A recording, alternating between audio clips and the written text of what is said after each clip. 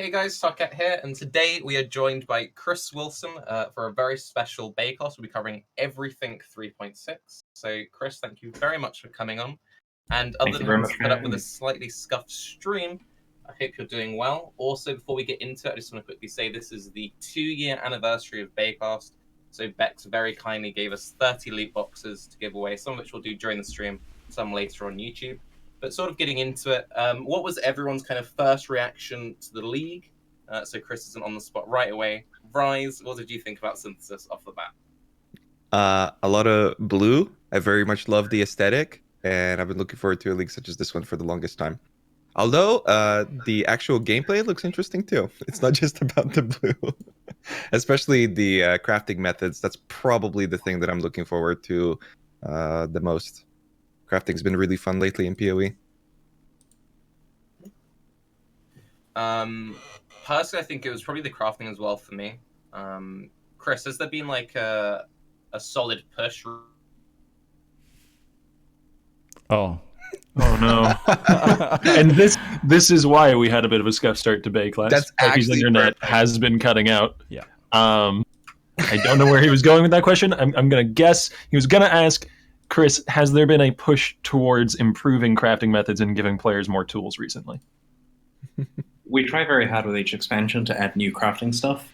This, of course, can be fossils like in Delve, or potentially the new corruption outcomes in Incursion. And with Synthesis, we wanted it to be kind of a first-class citizen, where we were designing the area synthesis alongside crafting options. And we really liked the idea of fiddling around with implicits in a way we hadn't done before. And so this is the design space where players can influence implicits a lot more than before that we're wanting to explore here. And it's quite scary, to be honest.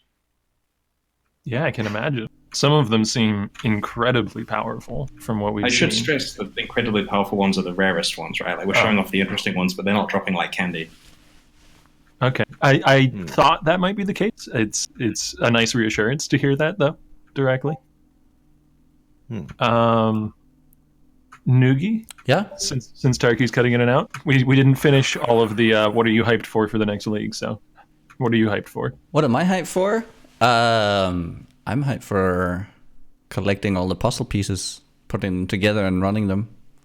I think that looks really, really cool. The actual synthesis zones themselves, and seeing how that goes. I'm really, really looking forward to seeing how we interact with that system going up, like how it differs from Incursion and Delve, since it does seem like a mix between the two. And then obviously I always love whenever they do anything to skills. So all the caster rework is really exciting and unique. Mm-hmm. Yeah. For me, that's probably what I'm most excited about, actually, is the complete passover of spells. And in particular, I really want to play Divine Ire. It looks really cool. I don't know if it's like going to be super strong. Obviously, we don't have numbers, but it looks really fun. So yeah. I don't care, even if it's mid-tier or something. I'm going to play the heck out of it. It feels like a little fantasy. Tarke, tell us what you're excited for while it's still working. Very quickly, I think I'm most excited for the spell reworks and the new focus on the new dot aura, especially since I'm a big fan of dot builds.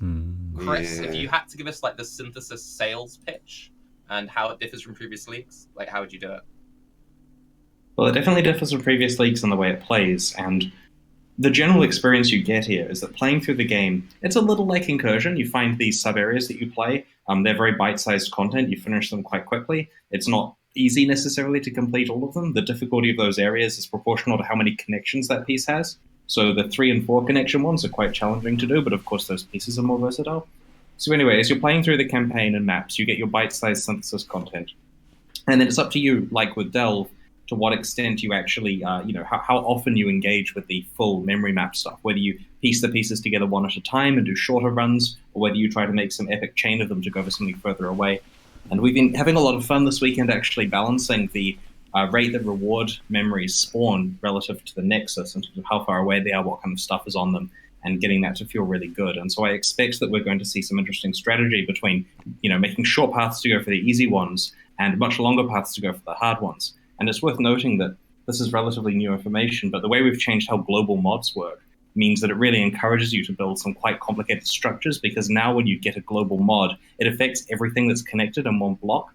it basically like propagates outwards and puts that mod on all of those maps. And so the more global mods you can tag, which are now on the reward memories, give you a cumulative set of global mods that affect all of the connected things. So you definitely get rewarded very heavily for going all in and building some incredible structures. That actually leads into a question that we had a little bit later down the dock, but it seems relevant now.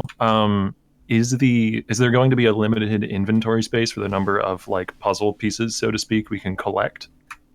Yes. To build these long paths? Yeah, you hold 10 at the moment, and we're still fiddling with that number, but we like 10. It lets you play quite a lot of areas without having to necessarily spend them all, and it gives you more versatility for when you do. But of course, it's very tempting to plug them in one at a time if there's good rewards nearby. Okay. Mm-hmm. Is there any way that, say that you were leveling a new character and you picked up 10 like low puzzle pieces, would you have to run those before you could then pick up more higher level ones? So the memory map is a per character thing, not per league. And the reason for this is twofold. Firstly, because it can be, and I say this because it's not like Delve. It's not 1,000, 2,000 deep thing that you really need to keep your progress on. This is a thing with cycles where you deplete the reward memories and then you go for a new one. Like it can be, within half a day of gameplay, you've basically wiped out the current state. So if you make a new character, you're not missing a lot. You'll just tag a couple of rewards you needed on the last one. But also because the way that the area levels work, we can completely avoid the problem where you've got this super high level board that you can't play on with your low level character by just having a different slate each. And so it's quite intentional that it's per character, and I don't think there are any drawbacks in this case. Yeah, that totally makes sense. Chat is already screaming more than 10. Chat, you don't even know how it works. Come on. we consider that per character or per league thing very carefully after kind of getting it wrong with Delve. Like, we're conscious of the fact that it's a lot of work to rework it if we get it wrong, so we think about it very carefully before we commit now. So let's say you want to construct like the perfect little synthesis. Can you just use a few of them and then so you would use specific ones and just keep storing them until you have the perfect 10?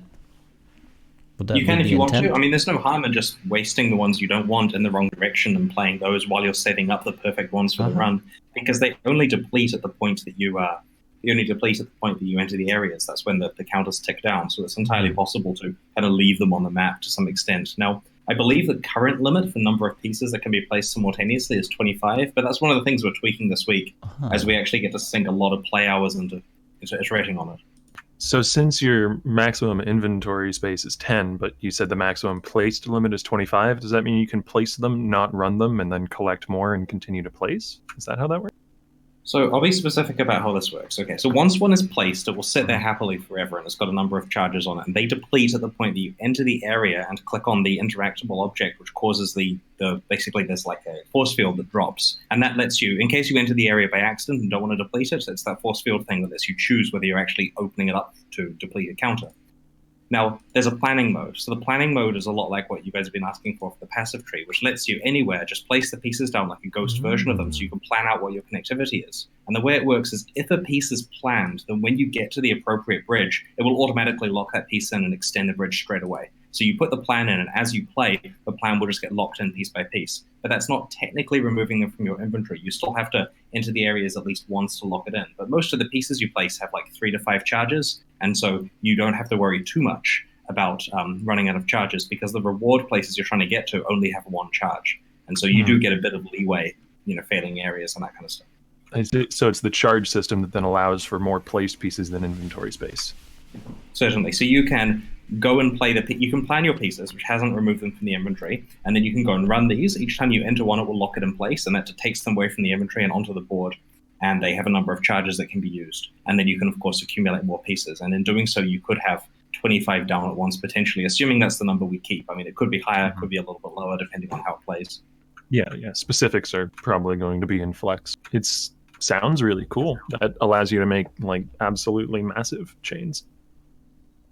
And then the massive chains accumulate these crazy stacking global mods, and they really do synergize well together. Like, one thing we were working out today in design is the concept of the fractured items drop from what we're calling synthesized monsters. Those are the monsters with a special blow effects on them. And so lots of the global mods also increase the drops of synthesized monsters by quite a lot and increase the number of synthesized monsters. So you can kind of double dip on this, where you're getting both more reward monsters that are dropping more fractured items and they drop better.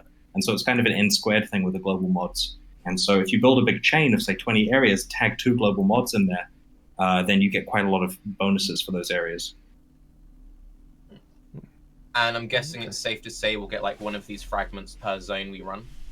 That's correct, yeah. For each zone you play through the main game and through the maps, you'll get a fragment if you successfully manage to stabilize it. I should note, it's actually quite hard to do the 4 connection ones. They're worth working for. They're not mandatory. If you fail them, you just have less versatility with the pieces you're placing. But if you can get a 4 connection thing, it lets you branch out and do cool T-junctions and stuff later. So you can have a big connected mass, and then a reward spawns nearby, and you just branch out from one of the spare connections to tag that. We just had a little bit of lag. I don't know if that was on my end, though. No. No. But All right, it works fine. Ignore me. Keep going, guys. Um, In that So- case, oh, go on, Raiz. You got it. Yeah, no, you go on. It's okay. I'm just trying to clarify on the chain mods, because so they're not really global mods then. They're chain mods. More Right. like. So previously they were described as global mods, and the reason for that was because we're experimenting with a model where they do affect everything.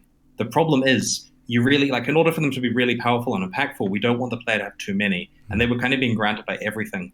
And so, design iteration is as it is. We eventually came around to this version here, which is a lot more active. The player has to actually go and specifically activate them as a reward outcome.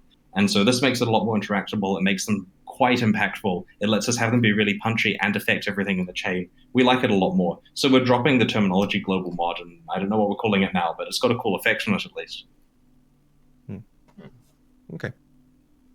So, just out of interest, as a developer and as a player, what are the things you're most excited for about this new league? So from a development point of view, I love the fact that we're getting to do cool stuff with implicit mods, and I have really enjoyed interacting with fractured items because surprisingly, it feels really good to get something while you're leveling through the game that's got like damage or attack speed locked in, and you can just use a few ults in order to get it to be a really good leveling item. Like that's, it saves dozens and dozens of rerolls. So that's a surprisingly nice thing. From a player, I think that the synthesis areas themselves have a lot of tension going on with the decay that follows you. We've gone through so many iterations of the blue wall of death that comes behind you to try to push you through the area. And there's so much tension between fighting the monsters because you want to get fractured items from them. Only monsters in these decaying areas can drop fractured items. So you're having to compete to get as many monsters killed as you can while making it to the stability points without getting hit by the decay. It's very tense. So what actually happens if you get hit by the wall then? So this is a huge debate that we have going on internally. We have many developers feeling that it should be incredibly lethal. We have many developers feeling that it should just kick you out. And we're working on a compromise because we don't want people losing hardcore characters. We understand sometimes you take the wrong turn and the wall gets you. But on the other hand, it is, possible to stay ahead of it. So I believe that we do have it dealing damage, but we also have it teleporting you out after a certain distance, like once it gets thick enough. Okay. So Just log it's out, sort Chris, of come on. it's sort of like Incursion, but it damages you a bit before kicking you out. It certainly damages you to stand in it, but it's not meant to be able to kill you. It just discourages you from taking monster damage. Now, we're iterating on this heavily, right? I suspect it's not going to be the instant death wall that chat is spamming, but we do want there to be consequences for getting the decay catching you. He said you'd be Boo. forgotten, though. Just literal instant death. Go to the Obus Yeah, it Cursed takes you off the Trover. ladder, everything. So have you been? It doesn't send you to standard. It deletes your character. Yeah, you get exactly. forgotten. No account left, right? Supporter packs are gone.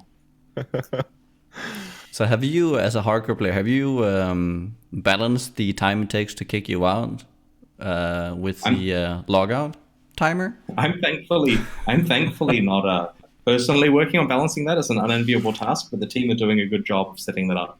And yeah, it's when we say it kicks you out, we mean it sends you back to the last stability point. It doesn't just dump you on the main menu. Yeah, I was imagining like kicks you out like Incursion does, where it sends you Yeah. back to the map or something. Yeah. Speaking of Incursion, I think it's a useful comparison point, and I'm just curious as to like how the memory fragments or the events that spawn in maps, whatever the terminology you're using for that is, compare in terms of necessary clear speed to Incursion. Obviously, we've had like some power creep in the game since that league, but if you could draw up a comparison. I suspect that the versions of it that I have played are not final enough to be able to tell you exactly how it's going to feel compared to released Incursion, because right now it's changing 3 or 4 times a day, including on the weekend. But it certainly does. Like, it's designed so that a regular player who's far, far less skilled than most people watching this podcast are still able to collect the pieces with 2 connections on them, right? So they're not particularly hard. But as when you get 3 or 4, you have to cover a lot more ground in a roughly similar amount of time before the decay gets you. And so for those ones, which really give you a lot of versatility on the memory map, those are the ones that are going to start to require some either clear speed or just getting past the monster's speed. But then you've got the trade-off of the more monsters you kill, the more fractured items you're going to find. And you do need to find quite a lot of those, because it takes 3 of the same class of item to synthesize, and you're going to want to synthesize a lot of stuff, and so on and so on. So then, is the mentality kind of like Delve when it comes to the really long pieces? If you got a 10-piece chain, is it actually supposed to kill you, or is it still supposed to be somewhat manageable for the average player? Well, when you're playing a 10-piece chain, there are 2 things in play. The first one is it's long, which means you have to, have a bunch of time available to play through it. These things are about 40% of the size of a map each or something, so 10 pieces means it's roughly 4 maps with the duration. So there's that. In addition, there's potential global mods that you've got on there, right? So the global mods, they're certainly rewarding, and I don't think currently they do make it substantially harder. I'll have to check. I'm pretty sure the global mods are just beneficial at this stage. May vary, though. Okay. But the important thing to note is that you are trying to chain this towards some reward island that's sitting off, reward memory that's sitting off in the distance. And in order to do this, most of the pieces you've placed have a number of charges that's greater than 1. So if you fail and horribly botch it up, you can come back and there's just lower fragment counts available. And you'll probably find that due to the fact you've worked on the structure for a number of iterations, that some of the counts are hitting 0 and vanishing before others. So you kind of have to do repairs on your thing. If you get a few failures in there, or if you get unlucky with the number of charges they have, then you have to kind of repair it by putting pieces in that are functionally equivalent. Damn, that's really cool. I like that a lot. Nice. So in the Ziggy reveal video, it seemed like a lot of this puzzle grid system you've been talking about was inspired by a board game. Can you go a little bit more detail on that kind of thing? Okay, so the board game inspiration story, a lot of people have asked me. When we do our design stuff, we have various design toys available that are handy, like paper and pencil and whiteboards, and sometimes board game pieces. So we were having this design discussion at Jonathan's house over a barbecue one day near Christmas, and he happened to have a copy of the board game Carcassonne, which is an awesome board game about a French city. And this involves pieces that can connect together. They basically have the connection points on them. And so while we have a connection and square pieces go next to each other, that's about as similar as it gets to Carcassonne. We use the pieces to prototype it. So basically we broke out that board game, sorted all the bits out, and took the pieces that were the right shapes for us to do synthesis prototyping. And so that's the connection there. I mean, they happen to connect together, so it's like Carcassonne, but like a 5% comparison. Was this the most recent Christmas or the previous one? The most recent one. We haven't even started thinking about what the next expansion is yet. We've done a bit. Okay. These things are done in a 13-week cycle. Damn, that's crazy. Okay. That's a lot faster than I thought it was. One thing I want to say for my net drops again, both this league and the last league had a very narrative-heavy focus. Is that something you're looking to continue with going forward? We like it because there's a couple of reasons why we like doing the narrative stuff. First thing is the community loves it, right? We get so much good feedback about the story stuff. So that's awesome, right? And it's just kind of like free awesomeness we get. I mean, it's not free, it's very expensive, but it's free from a production point of view. We get good writers, we put them on it, they write awesome stuff, and it doesn't distract the designers. If everything goes well, it doesn't have the n-squared complexity thing you get when everything has to work well together. Like, for example, the visual effects of this decay effect and all those mechanics, that's an n-squared thing. It makes it so much harder to make the league, because you have to work alongside visual effects guys and the people doing the decay mechanics, and it's much harder to finesse it to be perfect. But with a good story, that just kind of happens because the writers are awesome. And so it's really nice to be able to just trust that they'll come up with something amazing, and then the league has voice-acted characters and cool stuff to find out about their history, and it furthers the plot of the game. Yeah, I really like that. Just on that note again then, so how did you feel about the successful end of the Betrayal? Because it seemed a lot of people were really into the whole Syndicate board, but then felt the narrative kind of dropped off a little bit at the end there. It's difficult in these leagues to actually have a final point where the story ends and that was that, and without having a looping aspect to it. It worked well in Incursion because you have the repetitive cyclic nature of it. You get kind of a different story each time. With Betrayal, of course, you do get to see a arc of going through and defeating the mastermind, but then the league necessitates the fact that you have to be able to do that multiple times. So I don't know of how we could have done that better for Betrayal, but we are trying to make sure that there is a compelling arc in the League content. Though one thing that strikes me though is that you have a game that does sort of have an endpoint at times, and that still works. Like people still replay the game, they make new characters. So I'm just wondering why that doesn't hold in like a League mechanic. We may be able to have it that you like finish the story of the League and then get to play through it again. It's just that with something like Betrayal, we know in advance you're going to be playing quite a lot of iterations of it. Like it's definitely designed to be you do your Syndicate, then you want to do it again better now that you know which rewards you have. Like the first time you get Tiny's Trial or whatever and you decide you want to see it again, you'll certainly be trying to structure it in favor of getting it the second time. And the same thing is true here. If finishing a reward memory was the end of the League, you'd certainly, be seeing that quite a lot of times. Now, we do have stuff that you can get to in Cavus's memories that are a bit more final than others. There's some pretty interesting stuff that happens there that the story-driven people will like, including some, cool boss fights and so on. So I suspect that they'll be quite pleased with that. Mm-hmm. I mean, it's not as complicated with this league, right? You can just put a big, just forget about it, lol, screen at the end after you've done something, and then you redo it again because you forgot about it. It's similar to the advantage that Incursion had, where you could literally just time travel back to before anything actually happened.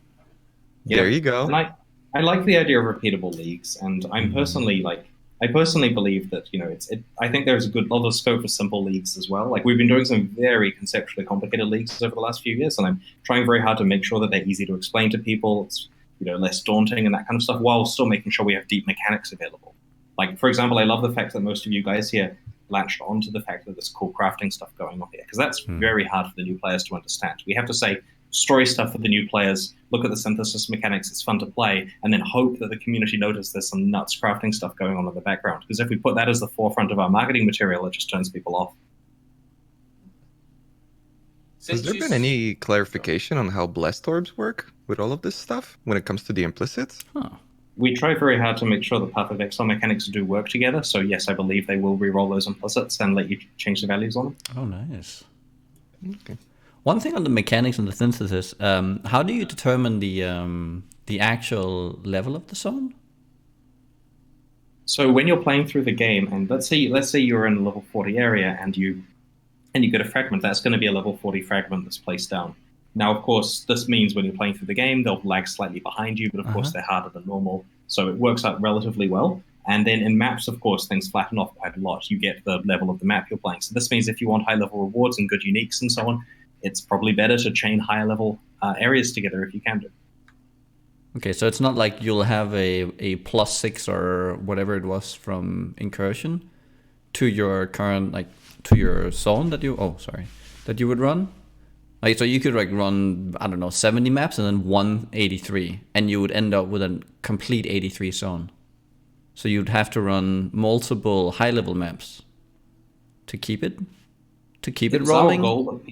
It's our goal that people are playing the hardest map content they can in order to get the best rewards from the league. And this was evidenced strongly with Delve when there was all that drama about the fact that we want you to be playing super high level maps to get the best soul fight games. And we were kind of punitive towards players that dropped down a few map levels. Having said that, this stuff is what we do in the last week of the league development, is actually get a chance to fully playtest to consider all the abuse cases. So I suspect that the exact finessing of these level numbers is going to change tons from today before release. And they may even change afterwards. But philosophically, we want you to play high maps. So the eye level of the floating reward islands is what I think you referred to them. That is determined by the content that you're running, or how is that generated? The exact level generator for the rewards themselves is honestly, I have to check that. I haven't seen how that's generated. I know how the ones you get from maps are. I didn't mean to ambush you with that. Oh, that's okay. I should know, but that will be tomorrow. Well, another podcast tomorrow then. No problem. Balanced Sunday. Wait, is that a thing? It is close to release. I can imagine it being an actual thing. Okay. One thing I did want to ask though, since you've said yourself you've been focusing a lot more on these more complex leagues, but you still want to have the simple ones, is it intentional that Abyss was really the last non-player agency league, and every league since then has been very choice focused for the player? Well, I think the leagues after that point have been the tier 3 leagues, as it were. Like, Talisman was the first Generation 2 league, and Vestry was the first Generation 3. And, I mean, I like Generation 3 leagues. They take a lot of development effort. I'm just hoping we can present them in a as simple as possible way so that they really resonate with players. I mean, I worried synthesis was too complicated, right? Like, I was very worried about the community reaction because I love the league and know it's good, but I was concerned that people might say, wow, this is so complicated, I can't deal with it. But thankfully, people have been very, very understanding and are willing to explore it, which is totally awesome. Yeah, I think actually the mechanic has a really intuitive base to it. Like, there's a lot of specific questions that we've been digging into here that, like how is eye level determined and what happens with global mods and all that. But as far as how it actually works, it's quite literally putting puzzle pieces together, which, that's intuitive. That's understandable. When we were putting together the doc for this episode, it was like a little tough to come up with some overarching questions about the league because we just kind of, it looked pretty intuitive and understandable. So I have a question for you. There are 4 ways that we disseminate information on announcement day, right? Number 1 is the trailer. Number 2 is the developer commentary thing that's after the trailer, which goes into a bit more detail. Number 3 is the announcement page, which has those sections and a few words. And number 4 is Ziggy's video. How do you rate these? Like, where do you get your information about the league? Are there any of those you completely ignored? Like, what's working here? Do we need to do the developer commentary? Is it critical? What's happening? Yes, you need to do that. Nerds. Yeah, I think that might be a question that, like, if chat were a little easier to parse, would be better capable of answering, because we have all poured over every detail of everything you guys have said. They're just spamming Ziggy. But, yeah, exactly. Probably Ziggy's video has the most reach to an audience that isn't as Ziggy's the most explanatory, right, of the whole of the concept. IGN? Oh no. Right. Well, we try to give him the right information there. We've been involving Ziggy in the press tour, so he sees what the other external journalists see, and then gets time to look at our actual complicated notes of how it works and get videos in advance and make sure that he's explaining it clearly, and then he has opportunities to fact check with us and put together a video. And we don't have to approve his video or anything. He can put what he wants in there, but it seems to do a good job of teaching people how the league works. On a personal note, the nostalgia of hearing you narrate the league, the upcoming league, is something I enjoy every league. Yeah. So that's something I would. I should add this is Chris Wilson from Grounded Gear Games at the start. We cut that for time. No, I mean, yeah, why not? No problem. Well, I'm happy to narrate it. I still love making sure that this stuff happens, and while most of my day is yelling at people to get stuff done faster, I do make sure that I'm fully involved in the league design stuff. One thing I'll just quickly say on that note, it does seem that probably 90% of the information does kind of just come from the official page and then the Ziggy video. A lot of the articles tend to just feel like the same thing written 6 different ways, which is already better explained than the other things. So I'm kind of curious how well you think the articles work from your point of view. The articles are useful for our community for validation. The game exists outside of their bubble, if you see what I mean. But the primary purpose of involving the journalists is that they have an audience there of people who have, see Path of Exile stuff occasionally and may be interested in trying it out. So it's just about more exposure. And it's a relatively low effort thing to do those press tours. Like, we don't travel to the States to do it anymore. When I go on the press tour, it means hiding in my office for a week and a half and doing Skype calls all day and talking to 30 or so journalists. And that's very important because this is done before we prepare the marketing page, before we talk to Ziggy, and it really helps me get a good way of explaining the league. Like, the first few journalist explanations are confused and terrible, and then by then I know what I'm doing to explain it, and then can put it together really clearly when structuring the developer commentary thing for the trailer so that you guys get a good explanation of how the league works. Yeah, if it's like a class full of people, is there something where you pretty much announce like a very in-depth mechanic and just nobody gets it? It's something that you have to translate through like Ziggy's videos. It's always a one-on-one thing with the journalists. Like, I call them and I specifically explain stuff, and we tailor it. Like I said to them, how much Path of Exile have you played? And there are some journalists there that play through the maps, killed the Shaper and everything, and that's great, because for them, I can just use normal PoE terminology. For others, I have to explain the benefits of an action RPG, why we've got random levels, what an implicit mod is. Like, I really wanted the journalists to understand the full synthesized item stuff, so I made diagrams showing the history of implicit mods in Path of Exile, how Val corruption works, all the different options available, what makes a Ruby ring different than gold ring, and got them to understand it, and then they wrote it up, and it's exciting. Can I get a copy of that PowerPoint diagram? I presentation. want that. That sounds really good. Oh my god. I could just imagine the guy who doesn't play the game at all and you're trying to explain all the stuff to him, his brain's just exploding. I love the fact that journalists who haven't played our game are interested in covering it, right? This is awesome. It wasn't possible a few years ago to get journalists really particularly interested, and now they'll hop on a Skype call and hear all about it, and that's really cool. On the note of some of the heaviest stuff with Synthesis this league, what's the philosophy between dropped items and all these special new like league crafted items? Because it seems to be very favored in one way of recent history.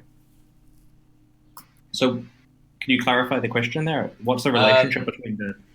Yeah, so where does GGG view the value of a dropped item versus a crafted item? Right, I see. This is actually one of the reasons why you can't chance synthesized base types to get synthesized versions of those specific uniques, because we want to make sure that dropped items can still be the best uniques in the game, which is going to be a super unpopular opinion because everyone wants crazy synthesized uniques, but there'll be room for that in future expansions. So this is about rares and rare crafting, and we value the regular crafting process, and this is making some really good base types. And I agree, if you're looking for the best rare in the game, it's probably not one you're picking up off the ground, but then it probably wasn't already, right? Like, it was already in a situation where crafting made the best rares in the game more easily. Having said that, it's still worth picking up rares, and we do want in future expansions to continue to make that valuable.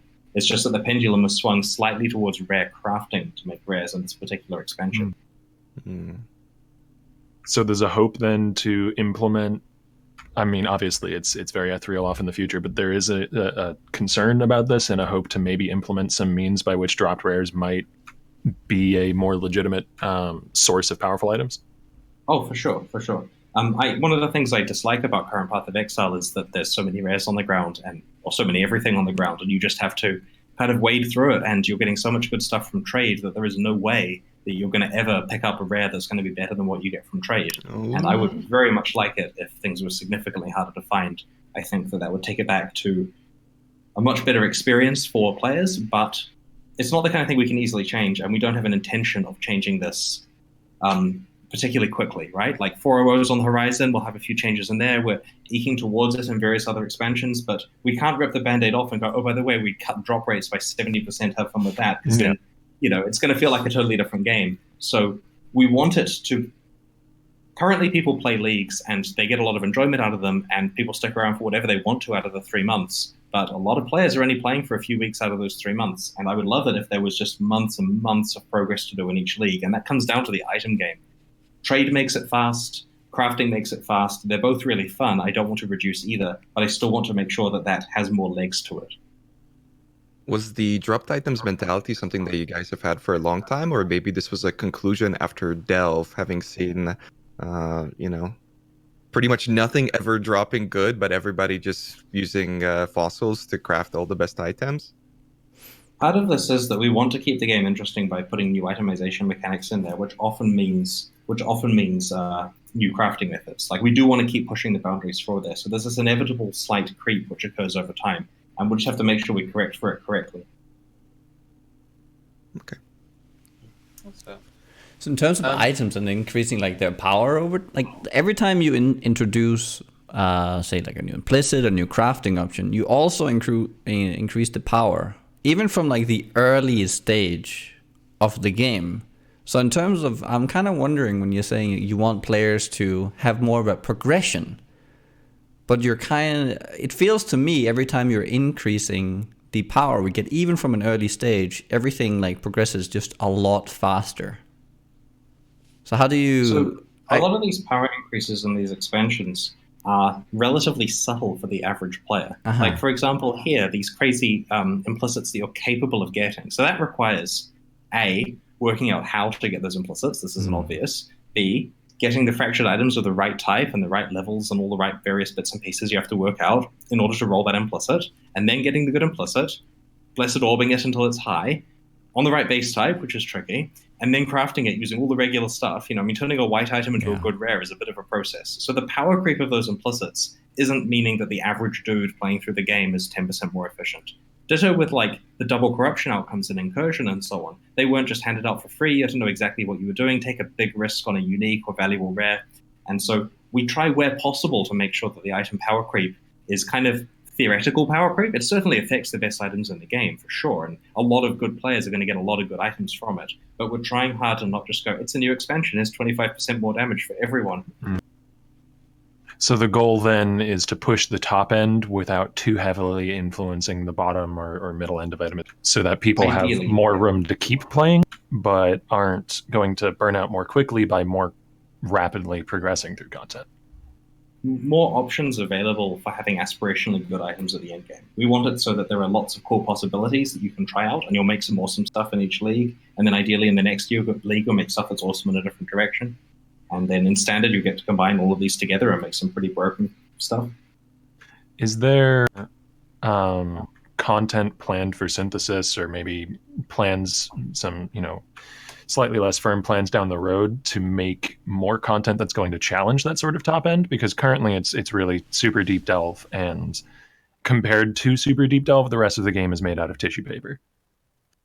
Yeah, this is a concern, and we are careful to try to address it. We have to be careful. Delve took a lot of work to get that incredibly deep content there. Obviously, there's hard stuff in Synthesis, and we try to push the boundaries, but most of the thing that's pushing the incredible in-game challenges, future expansions we have planned that are quite meaningful. Like 400 is a great opportunity for us to take a step back and look at the overall challenge of Path of Exile and make relatively large tweaks to that. And we have at least one expansion between now and then that's also going to push some boundaries. Mm-hmm. Well, that is very good to hear. Would the very high difficulty of, for example, Syndicate encounters be like an inkling of where you'd want the game to go more towards? Sorry, with the very difficult Synthesis encounters, could you repeat the rest? With the high difficulty, is that kind of more the direction you want PoE to go into? Of Syndicate encounters, I think. Yes. Oh, the Syndicate encounters. I don't know if we would say that. I mean, the Syndicate encounters certainly could have some, They certainly have some numerical difficulty to them in places, but I think a lot of the difficulty people perceived was related to the amount of effects and stuff happening at the same time. And I'm not sure that the direction the design team wants is difficulty through spam. I think that was more a consequence of how those fights ended up.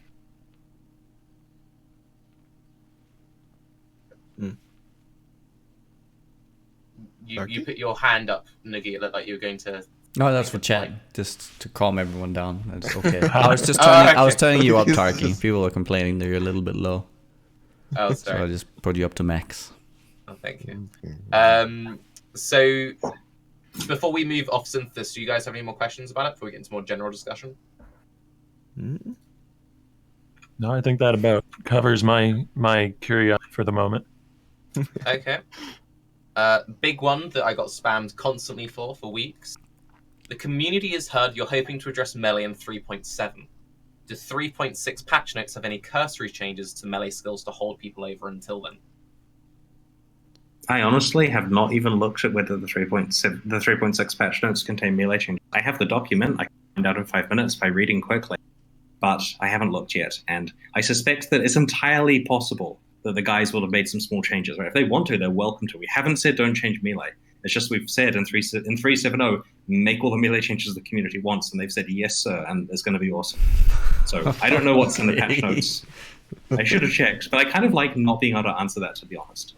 We've done... Okay, so there was a thing last year where the community said you should change ascendancy classes and redo them, and we thought, great, we'll do this. How long is it going to take? 4 months. Okay, so we scheduled this for whatever, I think it was 3.3 or 2, the Beastry one, I think. And so we got to work on that, and then we announced our next expansion, and of course the ascendancy changes aren't in there, and the community freaked out. And we're like, but we are doing it. It's in the next one, so we make the promise. So along comes the small changes we made to nerfing stat sticks and so on in Betrayal, and the community said, oi, you've got to fix all of handcasting. There's so much spellcasting stuff that's wrong. And we looked at the feedback and said, okay, you're completely right. This is terrible. We have to fix all the spellcasting stuff. So we got to work, and we've been working on it. And then halfway through the league, the community started going, berserker, look at this problems with melee. And we're looking at this going, we can just tell that when we announce the spellcasting changes, they're going to have forgotten they asked for this. And instead it's going to be, we've been asking for melee for months, where is that?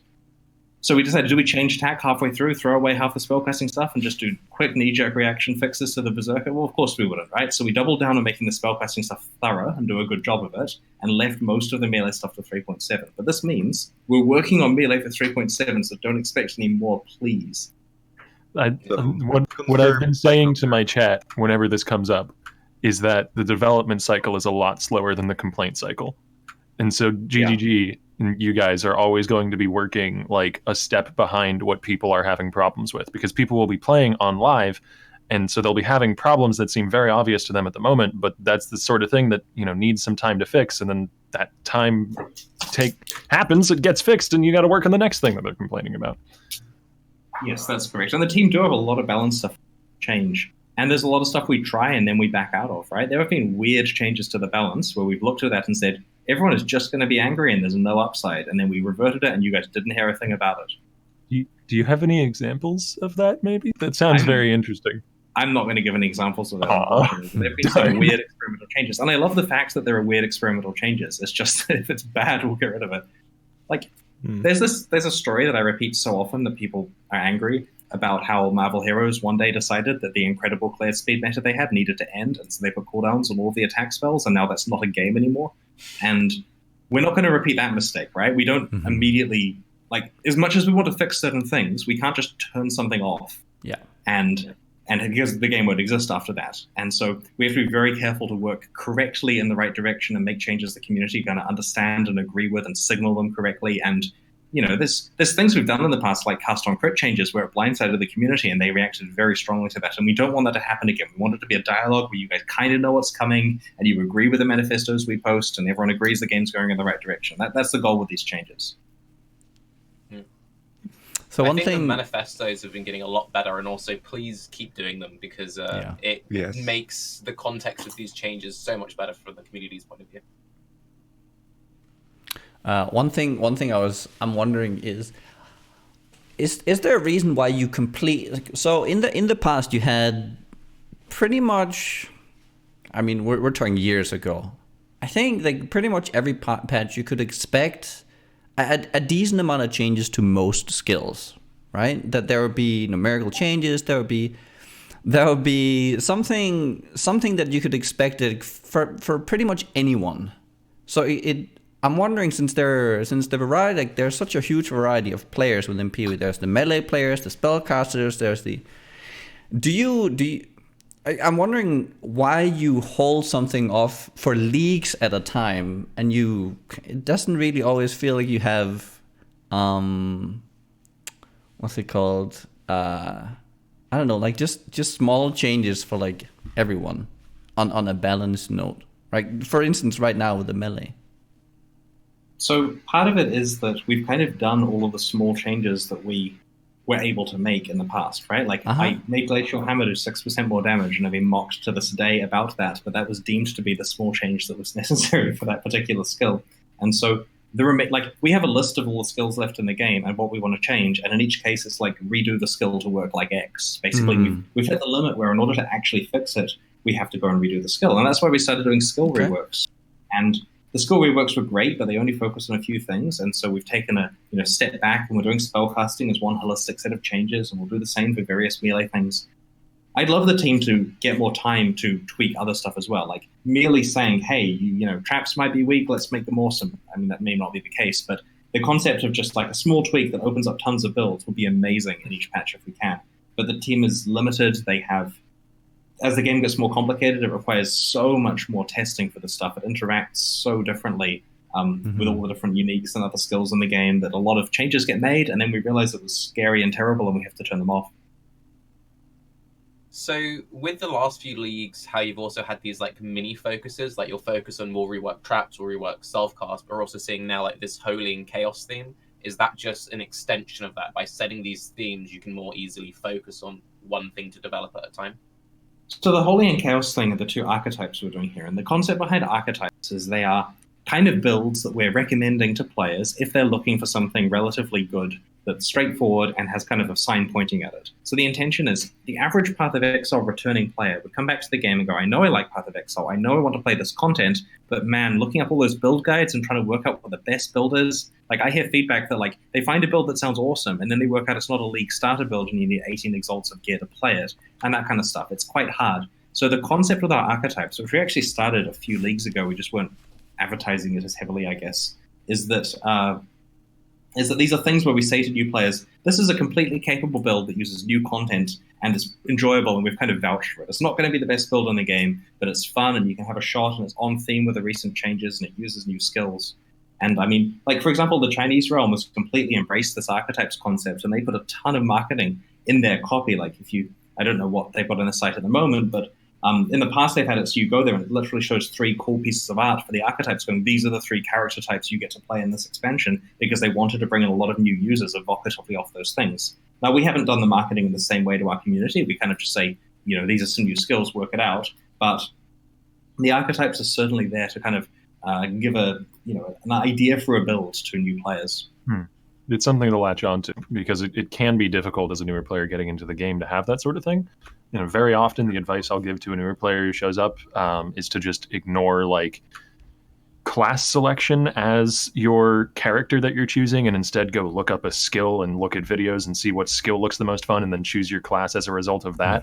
Like, the game can be difficult to approach if you're not doing third-party stuff, because I don't know, you don't play Marauder in Path of Exile. You play, Juggernaut, Molten Strike, or whatever. And so giving players a archetype to play, something that they can click on and say, this is my character, that does make a lot of sense to pull in people from outside the game. Certainly. And in this case, play any holy spell, throw them on your character, and you'll kill some monsters. Ditto with the chaos stuff, combining with the old chaos stuff. They're things that we're kind of vouching as strong. The one worry, the one concern that I would see expressed about this direction, though, is that some of the skills that are designed for these archetypes would then maybe not be as competitive necessarily for like real min-maxing in the end game if they're more simplistic skills and if they don't have as much in the way of potential scaling. The good news is that the designers who work out the skills are often different people than those who work with archetypes are being promoted, so I wouldn't worry too much about that. I mean, the skills guys care so much about skills being good at the beginning and the end of the game. It's all they talk about. They spend so much time on this. I think it'll be okay. Honestly, like, Soul Rend is a great example. It's a super simple chaos skill compared to a lot of them, but it's very viable in endgame from what we can sort of see from our QA testing. And this is the kind of comment that bites me in 2 weeks' time, where people say, so tell me about that, Chris. But so far, it's looking good. Well, that's the thing. What do you really tell in Path of Exile the average player who just gets into it? Because in other games, it's very simple, right? Like, hey, I've got this friend that wants to play the game, and he likes a warrior. But in Path of Exile, you can't really just go, well, yeah, just play a warrior or a mage. There's not really anything like that. Is there like a ballpark from your guys' perspective, what you would like to see in terms of skills that players new to the game select? Or is it just like, let them do whatever and that's the enjoyment? Path of Exile is kind of about forging your own identity. As long as they're around trap skills, I mean trap skills from the point of view of they're bad to pick, like noob traps, as opposed to like traps and mines. As long as they're around noob trap skills, which was the case with a lot of spells before, I'm okay with them picking whatever. Like, I'm not expecting people to get to Shaper on their first character, and I think if they are angry with the game because they can't do everything on their first character, they're not going to have the long-term stamina to play Path of Exile over a number of leagues. So I like people exploring, and I advise people, rather than play this build, it's good. I advise people just play whatever you feel like for as long as you feel like, and then when you realize you're ready for it, start looking at build guides, at least be able to read them by that point. With that being said, from the new handcasting rework, what spells are you personally most excited for, just from like a player point of view?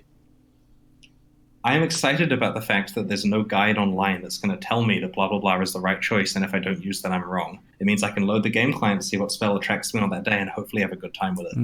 And that's the joy of having had such an extensive rework to it, is that it's going to be a while before players work out. I mean, obviously, there's going to be some best skills in there still. Hopefully, they'll be less far ahead, but it's all mixed up. And that time of uncertainty is going to see prosperity in the build community. Nice.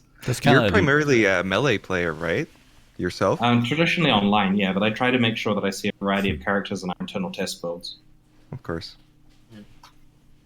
On the note of like kind of shifting metas and stuff, you've spoken before on Baeclast about how you're not super happy with the state of movement, and we've seen lots of like small gradual changes to movement going forward. I'm just curious, like the current state of movement skills, how close is that to your like ideal vision? I don't think there are big changes to movement happening in the near future that I'm aware of. Like no one's surfaced that as a thing aware of. At least the designers may have ideas that they haven't fully run past us. So there may be changes coming, but I'm not aware of any big plan to wreck movement. Personally, I was happy with our previous philosophy that movement skills are meant to be situationally useful. Like Lightning Walk, for example, moving you at the speed that you run at was a completely intentional thing so that people don't just spam teleport across the map like they did in D2 with Enigma. As far as we're concerned, we will avoid having that in the game.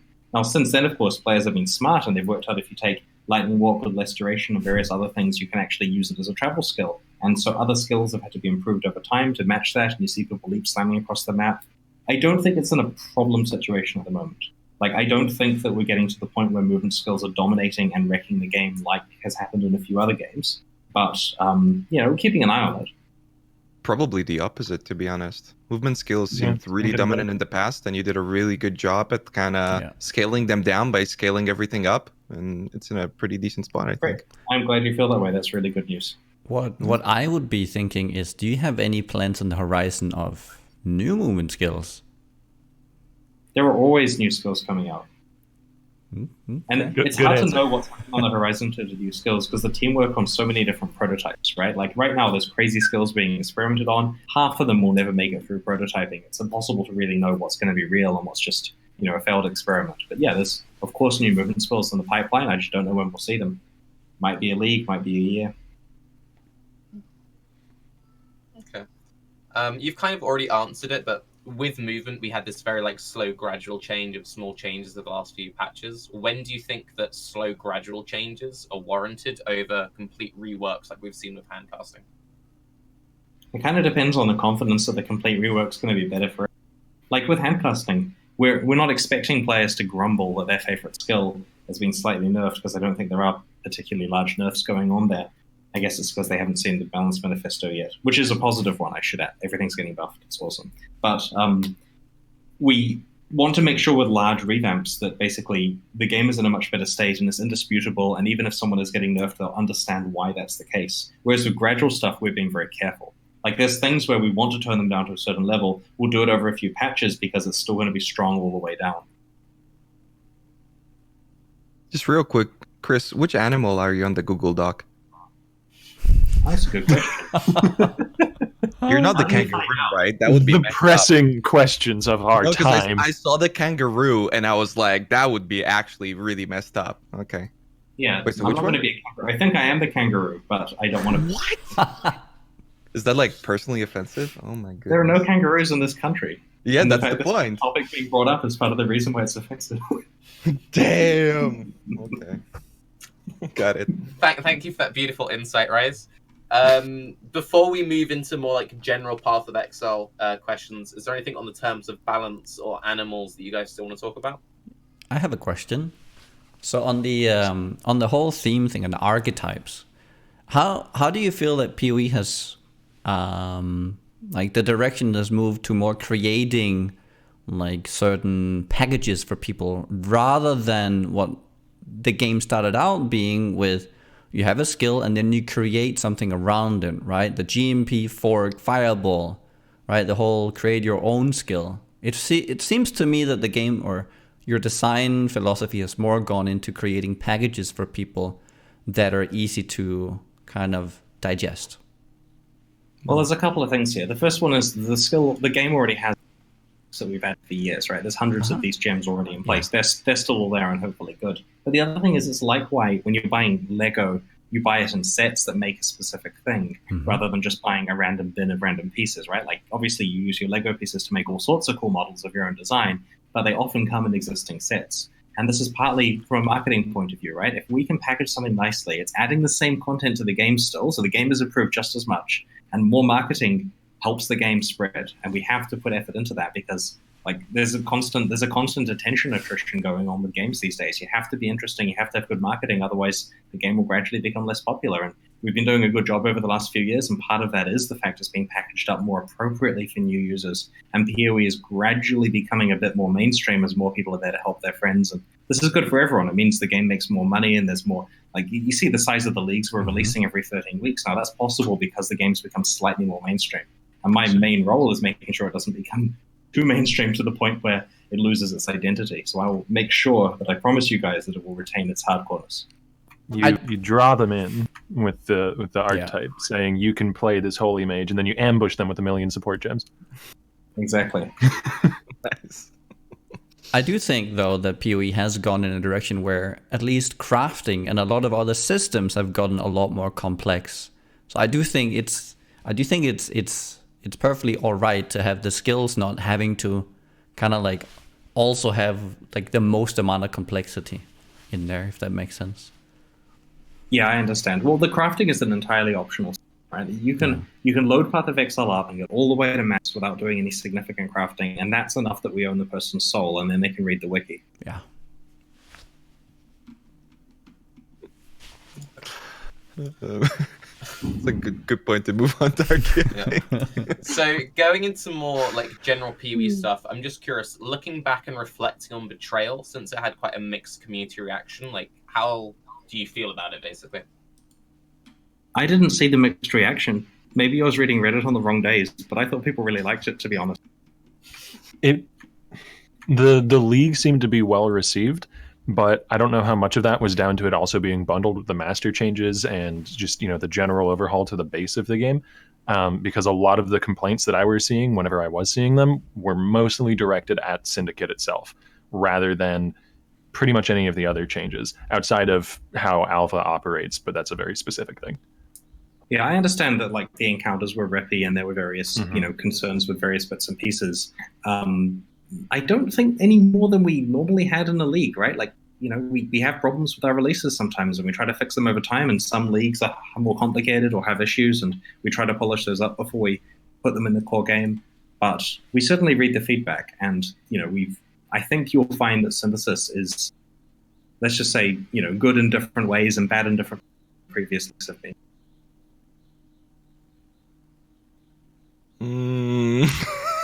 Raiz, you don't seem too confident on that one. I saw Raiz holding something in there. There is a lot of negative feedback when it came to, I think, the difficulty of Syndicate, but you guys seem to have toned that down. I think the biggest complaint was just the randomness of damage. It did feel like overall in Path of Exile, you have like certain breakpoints that you get to in terms of difficulty, but when it came down to the Syndicate, there was just so many things to keep track of that the difficulty seemed just a lot more random. Like your ranks you have to keep track of, and then the different enemy spawns, and then also on top of it you would have items that could really change up an encounter and add map mods on top of that. I think a lot of people felt like maybe it was just a little bit too much.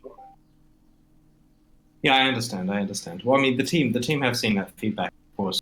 You'll probably find that those same problems are present in the version, and they have done a relatively detailed pass over some of the Betrayal stuff before it's making it into the core game. Like you'll see in the patch notes, there are changes to the stuff, especially now that you get multiple Betrayal encounters in one area. That's required quite a lot of kind of from the ground up re-implementation of parts of the league. Hopefully behind the scenes and subtle things. They've done balance passes over bits and pieces and readjusted rewards. I think there was a manifesto about this. Yep. Hopefully it helps address community feedback. It's a little hard to judge, too, because a lot of the most intense community feedback was right at the start when people were very unfamiliar with the mechanic and when the mechanic was at its rippiest, because we saw, adjustments to visuals, adjustments to numbers, adjustments to fortifications in particular. So it's hard to tell how much of the league mechanic becoming more palatable was a result of players playing it longer and actually learning what the enemies do, and how much was a result of the changes. Certainly. It wouldn't be the first Path of Exile League to be super rippy at the beginning. I mean, if you remember Invasion or various other fun ones like that, we certainly had some relatively large outcry. And I honestly prefer that we erred on the side of rippiness, because I think the worst thing we could do is to release an unchallenging league that then we can't make harder halfway through, because that would just make everyone angry. I think it's better to produce harder content. I mean, I prefer not to be too hard, but, this is a hardcore game, right? I'm sure a lot of the community agree they'd rather have it slightly rippy than too easy. Yeah, still one of my biggest disappointments with the implementation of Delve and with the changes to Delve early on is the fact that the EMP monsters went from being actually terrifying nightmares to things I just don't even care about or notice anymore. Yep, it is entirely possible for us to overreact to something like that. So what I'm hearing you say here is that this is not the last time we see a difficulty spike of Betrayal and Invasion in PoE. I think that we'll try to get it right, and it does. By the way, what's up with chat spamming question marks when you talk? This is They just do that. It's a meme. They do that. this is I've got feelings, guys. We'll try to get the balance right, but I'd rather be slightly on the difficult side than slightly on the easy. I can respect that. Yeah. One thing, quickly, you've mentioned in some interviews with 4.0 you want to retire like some of the past leagues, never really have more than 10 at the game at once. How much of that was inspired, if at all, by like rotations in Magic the Gathering? I love getting inspired by Magic the Gathering, and I would love to tell you that thing was, but it actually wasn't. It's more a matter of just complexity. Like, for example, I mean, I'm not saying Tormented Spirits are going away. They're staying. There's no problem with Tormented Spirits, but that's exactly the kind of thing that one day we could decide to retire if the content gets old and it's not doing a lot for players. Like, with vacuum farming turned down to the point where it's not going to happen much, and the random rare that they guarantee being dropped being kind of worthless. It's the kind of thing that we could decide, hey, no more Tormented Spirits. I mean, we are keeping them at the moment for various reasons. We like them. But we do think that the additional mechanics introduced relatively rapidly throughout the storyline does have a negative effect on newer players. And to some extent, maybe maps can be too busy. I mean, I wouldn't have said that 2 years ago, but there's certainly a lot of stuff going on at the moment. So Exiles kind of feel like that a little bit at this point, I think, to many people. Where in the early game, they're really challenging and really rewarding, but in the end game, it's kind of... But Exiles show off all the pet MTXs so well. Yeah. Nice. That Flame Blast Exile, by the way, in hardcore, that guy's bad news. That makes the game exciting for me. Okay. Nice. One thing just kind of on that note, though, so when it comes to like retiring old mechanics, when you're designing your new leagues, are you designing them in a way that they could be replaceable, or are you purely thinking about stuff from years ago? We don't really have anything in particular in mind that we're talking. Try to keep the game as more to emphasize the fact that, you know, there's no guarantee that leagues are going to stay around in the game, and we think that's important, that that's signaled well in advance. Like, the concept that one day Incursion might just be turned off because we feel like it is an important thing to prepare people for, because that way there's less backlash when it happens. The new leagues are entirely possible to turn them off, right? They're pretty self-contained. If there's no Soul Fight and no Delve entrance, then there's no more Delve, and that's just a thing. I mean, obviously, you lose all the fun bits. And as it gets integrated into the Master System, you certainly lose important things we'd have to put elsewhere. So it's unlikely that those Master-related leagues are going anywhere anytime soon. But one day, right, like Path of Exile is being released in some form for 6 years now with leagues, and there'll be at least another 6, right? So there'll be quite a lot of leagues we have to make decisions about in the future. Speaking of older league mechanics and that sort of thing, what, you know, I forgot the question halfway through because your topic got interesting and I got focused on what you were saying rather than the question I had. I'm going to pass it off to one of the others. Okay, then. So one thing then, because you say that you're not necessarily designing stuff to go core in the game, but is it fair to say that most leagues these days seem to be assumed to be rolled in, because the last league that didn't get rolled in was like Talisman? So that's a good question. When we designed the 2018 league, the 4 of them, they were explicitly designed with the plan of replacing the Forsaken Masters. Like, we sat down in December of the year beforehand when we were trying to work out what Bestiary was going to be, and we said, when are we replacing the Forsaken Masters, and how does this happen? And I could talk about this for an hour if needed. There's a lot of cool stuff there. But it essentially came down to, we're going to have a set of compelling character-based leagues, and then we're going to swap those in as the new Masters in one big surprise thing when the old Forsaken Masters had mysteriously been corrupted, blah, blah, blah. And we worked out a plan. Okay, so those were all intended to go into the core game. Now, the nice thing about intending is that we could potentially change it. There was a mixed reaction to Bestiary, right? That caused us to think about the plan. Do we really want to put Bestiary in the core game? Oh, well, we can worry about that later. And then later on, we fixed it. No one's complained about it since, which is great. So that went well. I don't know whether Synthesis is going core. We haven't even had a single discussion. Right? Not once has any staff member asked anyone that I'm aware of saying, hey, is Synthesis going core? We're going to see if people like it. I mean, obviously they'll like it because it's awesome, but we're going to see whether it's got long-term legs in the game. It probably does, because it's got the whole like delve-like super endgame kind of stuff going on with cool things to do, and having more parallel endgames is good. but we haven't had that discussion yet. And if it comes down to it, we may say, no, not core, and then have it available as a thing in the future. Or maybe we'll say, sure, it's harmless to have in there alongside other stuff. We'll see based on reaction and how it feels after a few months of playing it. All right. We're still on the topic of leagues. I've recalled my question, so chat can stop spamming question marks at me, which I'm sure they're doing. I haven't even looked, but I'm sure they are. Has your philosophy changed over the last few, honestly, years at this point about league-specific items from previous leagues? Because there once was a time when they were much, much harder to obtain, which is sort of indicated by the rarity of, Time Lost Relic. It's a set of 10 cards, and they drop incredibly uncommonly. But now there's, Delve that spits them out. There's Incursion that spits them out. There's Syndicate, I believe, the drop a unique item does. Are they just meant to be much more common and you want to just give players more options to build around? This is one of the cases of reward creep where it has this subtle effect causing that problem. And I feel in my heart I would rather that they were rare to get, just like I would love it if the rare items you find on the ground are so special and meaningful that they're frequently an upgrade for your character and so on, right? There's like philosophical ideals here that we're not 100% meeting. So this is tricky because giving out those items is special, right? But like anything that people can become inoculated towards, the more we give them out, the less valuable they are. And so we have to be careful with how much we do that. And in some cases, we've taken stuff and specifically toned it back in our design to kind of give it some breathing room so that it can be meaningful again later. An example is why we don't have the reliquary keys in every single league, right? They'd be completely worn out if we did.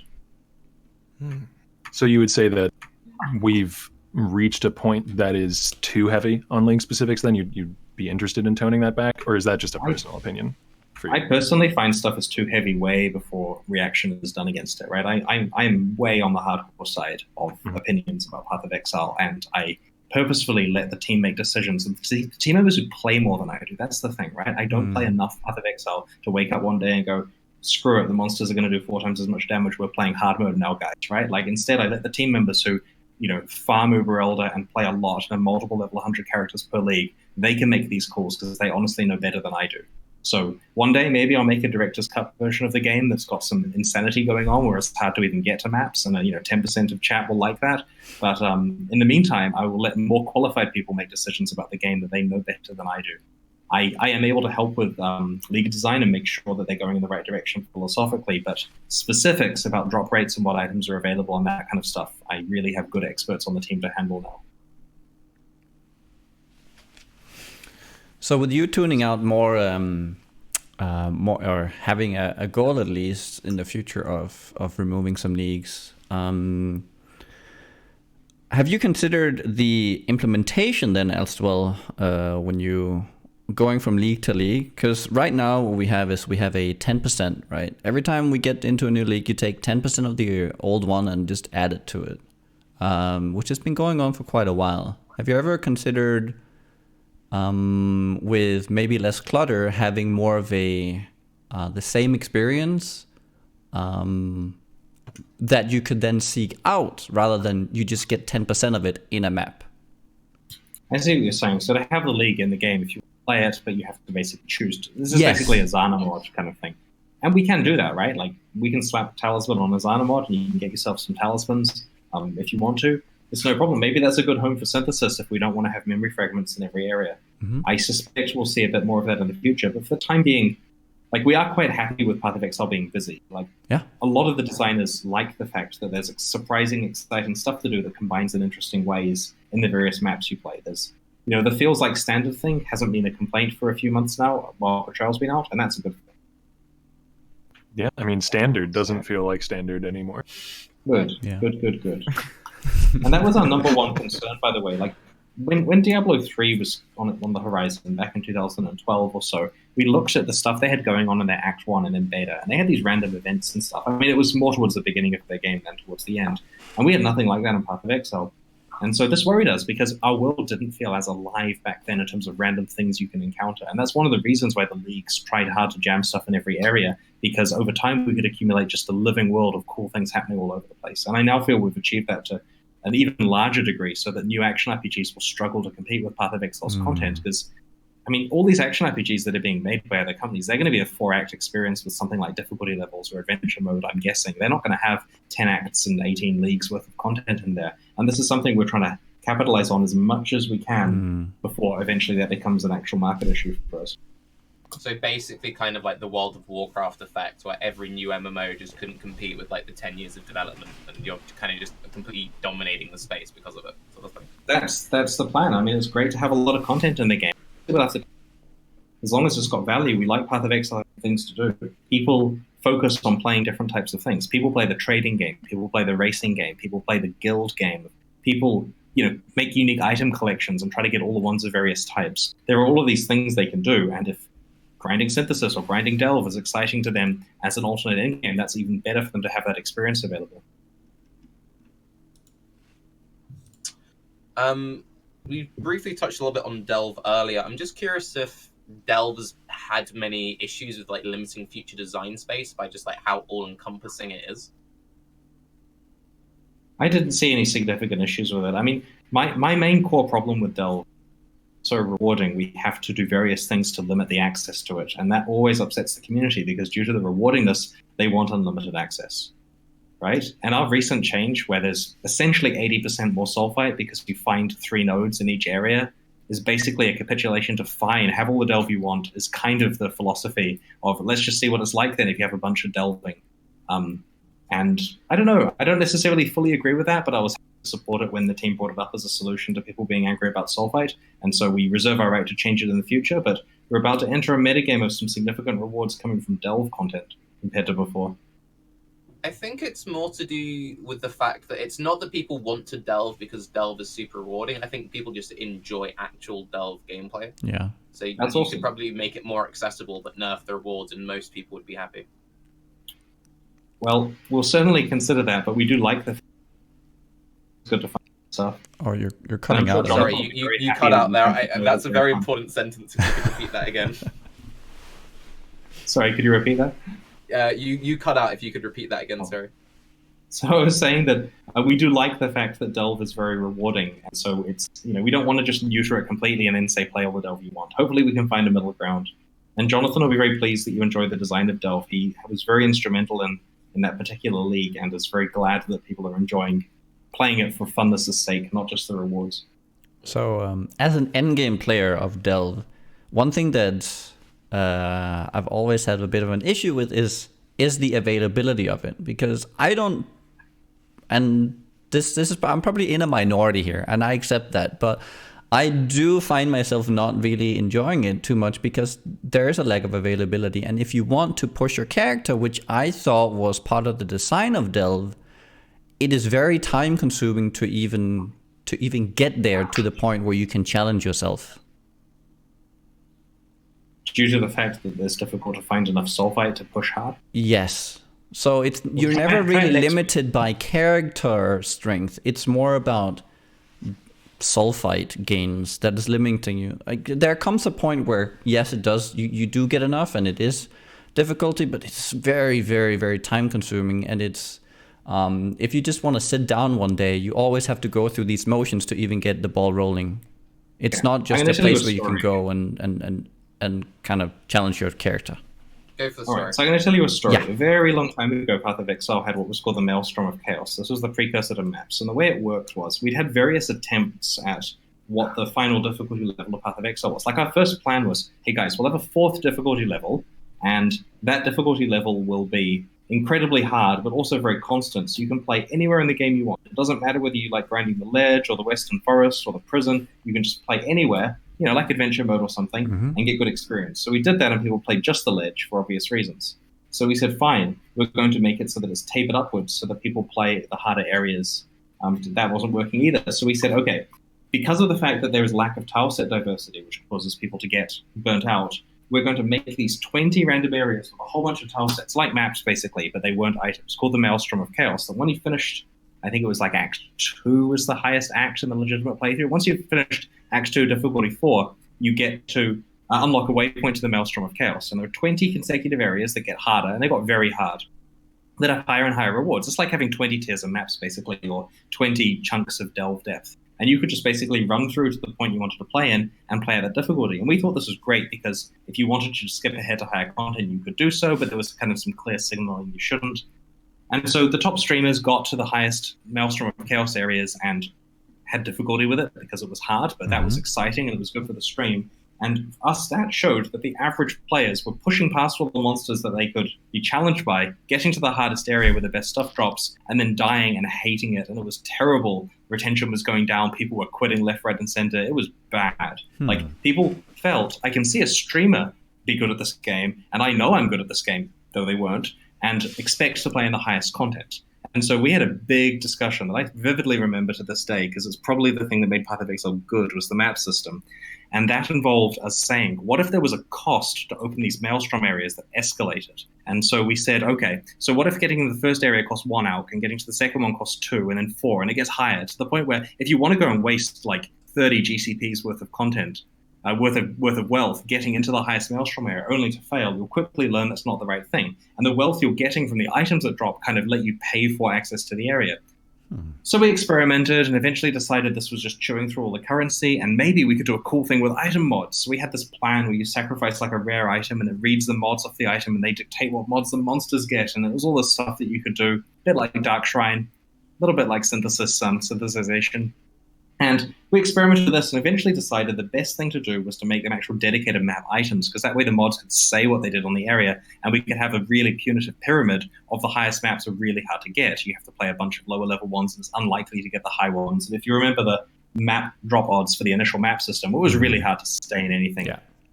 And so we dropped the map system in, all the entitlement issues went away immediately. Because it took so much effort to get the higher maps, people played the right maps, and everyone had fun. And this is the reason why Delve is so punitive with sulfite costs, to be honest, right? Like, it's just this leftover thing where we firmly believe that if you accidentally let people get into content that's too difficult, it's way worse for the game. So anyway, there's my long rant about that. One of the main differences I would point out there between a mapping system and the Delve system, however, is that for the Delve system, your fuel is homogeneous. So everyone is using the same fuel in Delves. Everyone's using sulfite. And the people really deep and the people really early are using that sulfite way more efficiently than anyone else. And so they're able to then have the purchasing power to buy the gilded sulfite scarabs to keep pushing, and it punishes anyone who's trying to delve at, a middling depth, eye level 83, just starting 270 or whatever that is. Whereas you don't have that problem with maps, because the guy who's running a Phoenix doesn't care about a city square map. So a city square map can be worth an alch. But if everyone's competing for the same resource, then that's going to make it so that resource is priced based off the people who can pay the most. You're 100% correct. I really appreciate your explanation. That is correct, and it is something we'll have to work on with Delve. I'm hoping that the sulfite changes we made counteract the scarab nerfs to the point where more people have fun, but because it's a core part of the game, we're going to have to keep iterating on this league by league. So expect more changes in the future. In the meantime, please let us know your feedback after you've had a chance to play the 360 version of it. Just to clarify for chat, GCPs used to be the main currency in the game. So 30 GCPs, like 4 GCPs were an exalted orb, okay? It was big numbers. Yeah. Stop it, chat. One thing, you spoke about it a little bit before about how your intention is for players to be running like the highest levels of content, ideally. We've seen a lot of low-level play with the last few leagues, Delve especially, since we've been talking about that. How do you feel about the current risk-reward structure of Path of Exile, where a lot of the very low-level content is just as, or at least incredibly rewarding? It's not great, and we want to fix it by having people to run harder content if they can. We think it's very important that you want to take extra challenges, take extra risk, and that makes the game more fun. Basically, higher heart rate equals more fun, as far as we're concerned. We were ignoring the heart attack risk here, but we do want more adrenaline going on in the gameplay. So I would love to gradually improve that over time. Now, the thing is, we have literally 4 million numbers in our data that we can change, and it's hard to know exactly what ones to achieve the right result. So we're working towards it, but we have to take it step by step and see how people feel about it each 13 weeks. Actually, this leads into a little short question that maybe I should have saved for the Q&A, but it seems relevant here. Are there going to be like puzzle piece rewards, global mods, so to speak, that are gated by eye level to maybe encourage players to run higher eye level content? Oh, for sure. The bosses are map only as well. I think the top boss is certainly higher level than the bottom maps. Like, you certainly have to be up there in the tiers before you can even get the best uniques from it. Note that we totally hear the feedback about RNG gating the bosses, and we're not looking at doing anything particularly crazy here. So, it's more a matter of playing high level content and being good at the game than getting incredibly lucky to see this content. But this may mean that the bosses, the ones that are relatively common, don't drop a unique every time, right? Like 10% or 25% chance of them dropping a unique because of the fact you get to face them relatively often. Yeah, that is far preferable, in my opinion, because it means you get to play the content without, inhibiting the value of those unique drops. And that is great. Like, I want more people to be killing Shaper, but I still want Shaper drops to be valuable. So if you need to rework the unique drop rate for that, that's fine.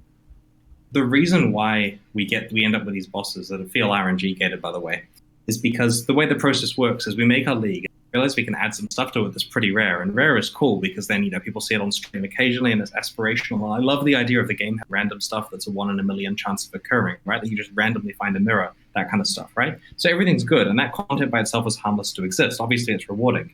And then we say, oh no, we need to keep pushing harder challenges because we frequently receive feedback that people want harder challenges.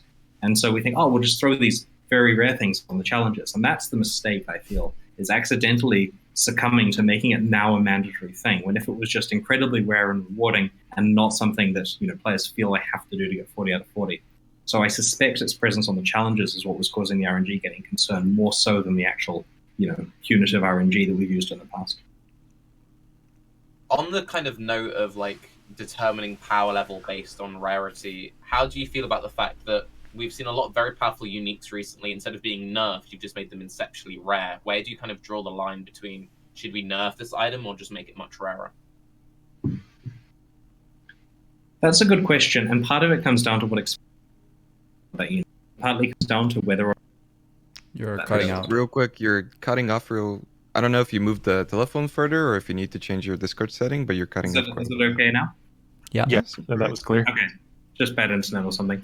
Okay, so this comes down to whether that unique item is important for people to have access to, right? Like there are items in the game, like shavs in the past, for example, where it's kind of very important for certain builds, and if we just made it punitively rare, all it's doing is requiring people to grind more before they can play that build. And for some things, like for certain crazy ones, it's okay to require a bunch of grinding before people play it. But we have to basically decide what is the time gate that has to go into being able to play this build, whether or not they're looking for that unique or looking for stuff to trade for it.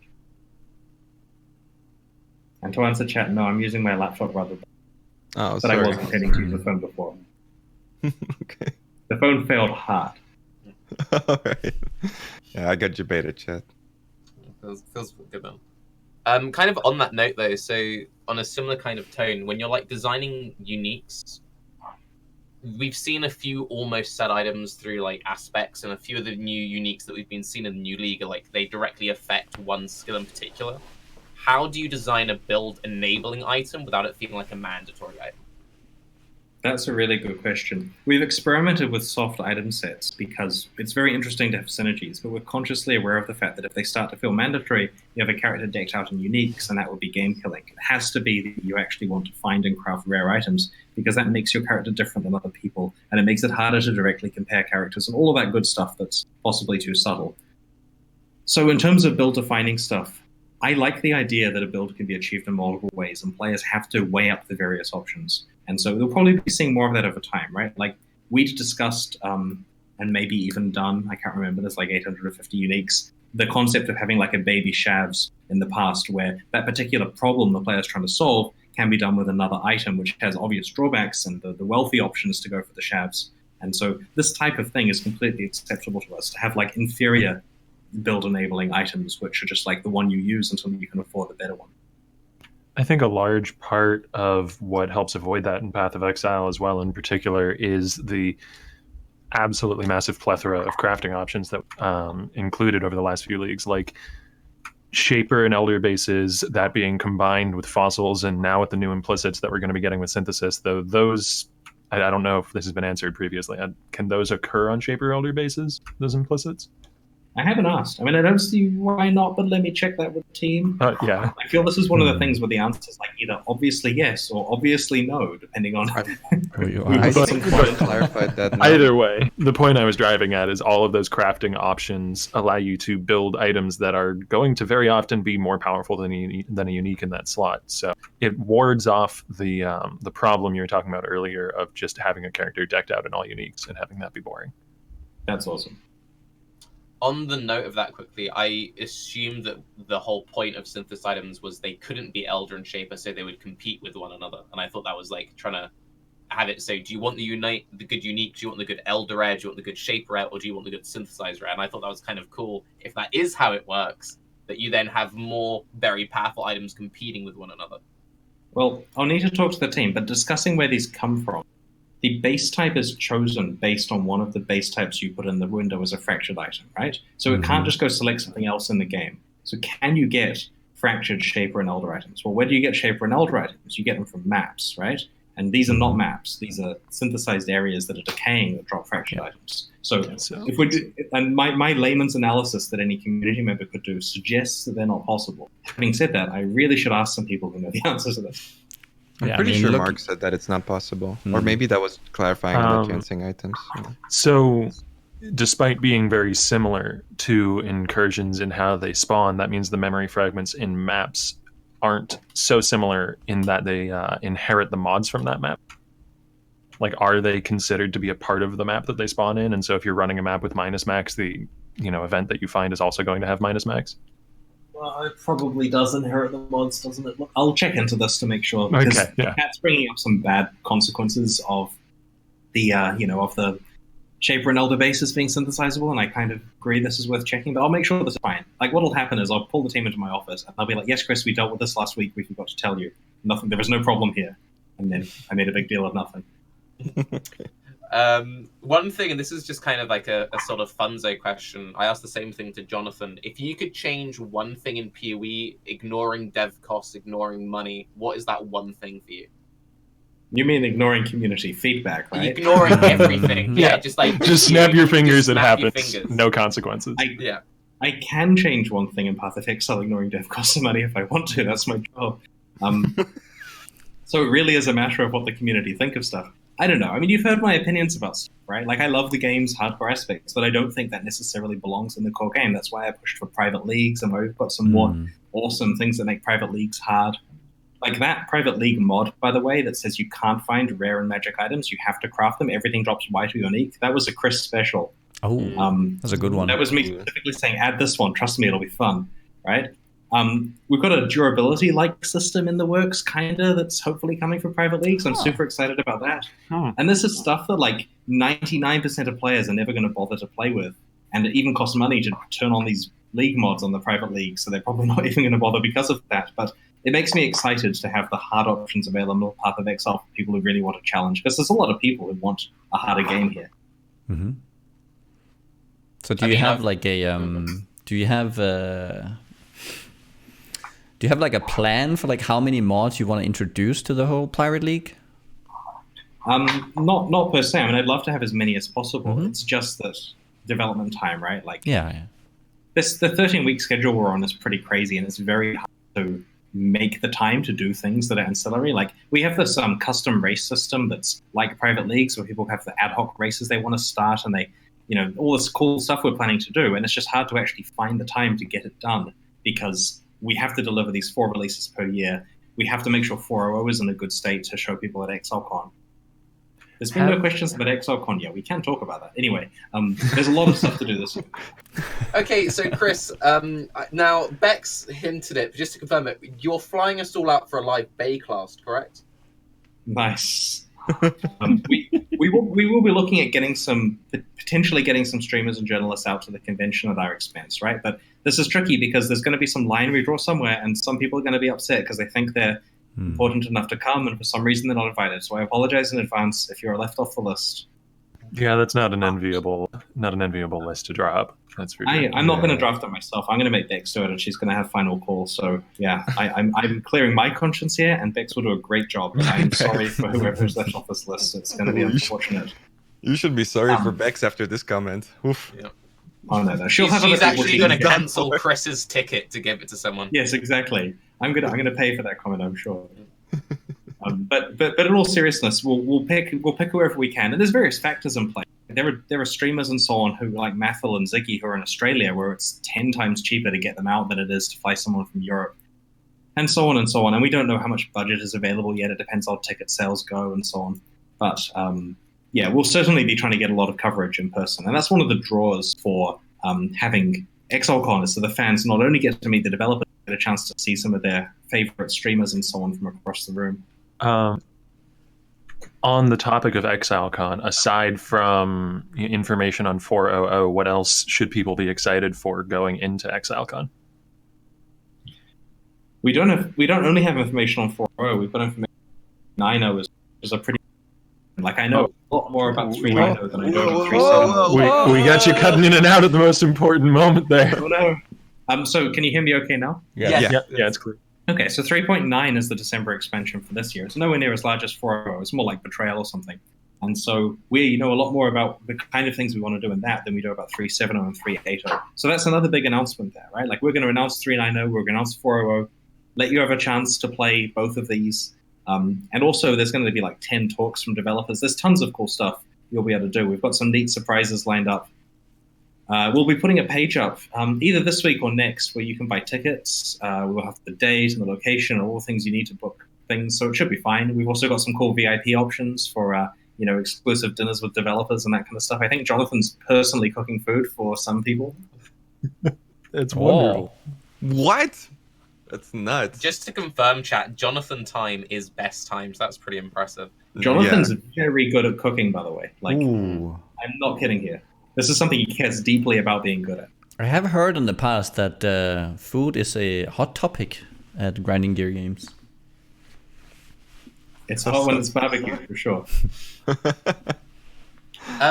Since you probably can't say like exactly when you're selling the tickets, do you have any rough-ish price points in mind for what these tickets could cost? I don't think it's harmful for me to talk about the roughish price points, but they're not cheap, right? Like, we only have a limited number, we have a lot of expenses to cover, and so it is a premium thing, right? Like, if you don't have spare money, you probably can't go to ExileCon. Like, it's going to cost thousands of dollars of flights to get out here, hundreds of dollars of hotels, right? Like, downtown Auckland is a metropolitan CBD. It's not incredibly cheap. We've got deals with hotels, but compared to the thousands and thousands of dollars it costs, and the fact you're going to want to go and see New Zealand and drive around and go to the Lord of the Rings filming locations and go to the Weta Workshop tour and check out Hobbiton and all that kind of stuff that's expensive. The actual tickets that might be like $200 each are going to be quite cheap in comparison, but we do need to price them high because we're already making like a $500,000 loss on the event, even if we sell all the tickets. So we do need to recoup some costs so we can pay for it. If we're getting into the details, do you have like an expected amount of people? Like, how many people are you expecting? Well, the details I don't want to talk about are things like exact dates. And the reason, I know what the dates are, it's in mid-November, but the reason why I don't want to give the dates here is because then people start booking flights and then they miss out on like a VIP dinner that they didn't realize was at a certain day or something. So I'm happy to talk about broadly what's at ExileCon, because if you go to the pathofexile.com/ExileCon page we threw up like months ago, it's got a list if we want to do roughly this stuff. So I'm happy to talk details. It's just that the actual page with the tickets for sale and the exact details are coming out in a few days. And please wait until you see that before you actually try to like book plane tickets. Anyway, I've completely forgotten what your question was. Could you please repeat it? How many people are you preparing for? We're probably expecting to have about 1,500 people. We have a good venue. It's got theater capacity, so we can have an awesome announcement keynote that shows you some cool stuff. For approximately 1,500 people. It might be able to squeeze some more in, but bear in mind we're bringing some media and journalists. We're bringing all of our developers. They may get a ticket for their partner or something each. And so I think we're putting up about 1,000 regular tickets for sale initially, and roughly 150 VIP ones for sale at first. The VIP ones are just a lot more expensive, and you get like priority in a few things, but also, you get to do dinner with the developers and so on. I think you guys are underselling yourself. Yeah, 1.5 seems very low. You have to come out to New Zealand. So these are people who have, like, these are people who are willing to waste thousands of dollars going to the airline. That money's not going to Path of Exile if they spend thousands of dollars on plane tickets. So yeah, but don't you have even in New Zealand fans? Yeah, and in Australia, couldn't you fill the venue? Yeah, well, maybe we do fill the venue, and then it's first come first served in that case. So X and I have been talking about strategy for putting the tickets on sale, and we do think that we need to give the community a heads up where we say at this time they will go on sale, and that way there can be a bit of a... I don't think they're going to sell out, right? Like, it's an expensive event to go to. People in chat are asking about virtual tickets. So here's our plan. You can watch all the stream stuff for free. You don't need to pay. If you want to see the announcements, just watch it on Twitch. We're not going to charge you for that. We're not planning to sell virtual tickets. You basically just get the experience of seeing the announcements for free. Now, note that we're not planning on streaming absolutely everything that happens at the event. There is a degree of having to go there to see some of the cool stuff. But realistically, the important part, which is seeing 400, you can just watch from home with no problems. Okay, that's pretty cool. Don't worry, Chad. We'll stream it.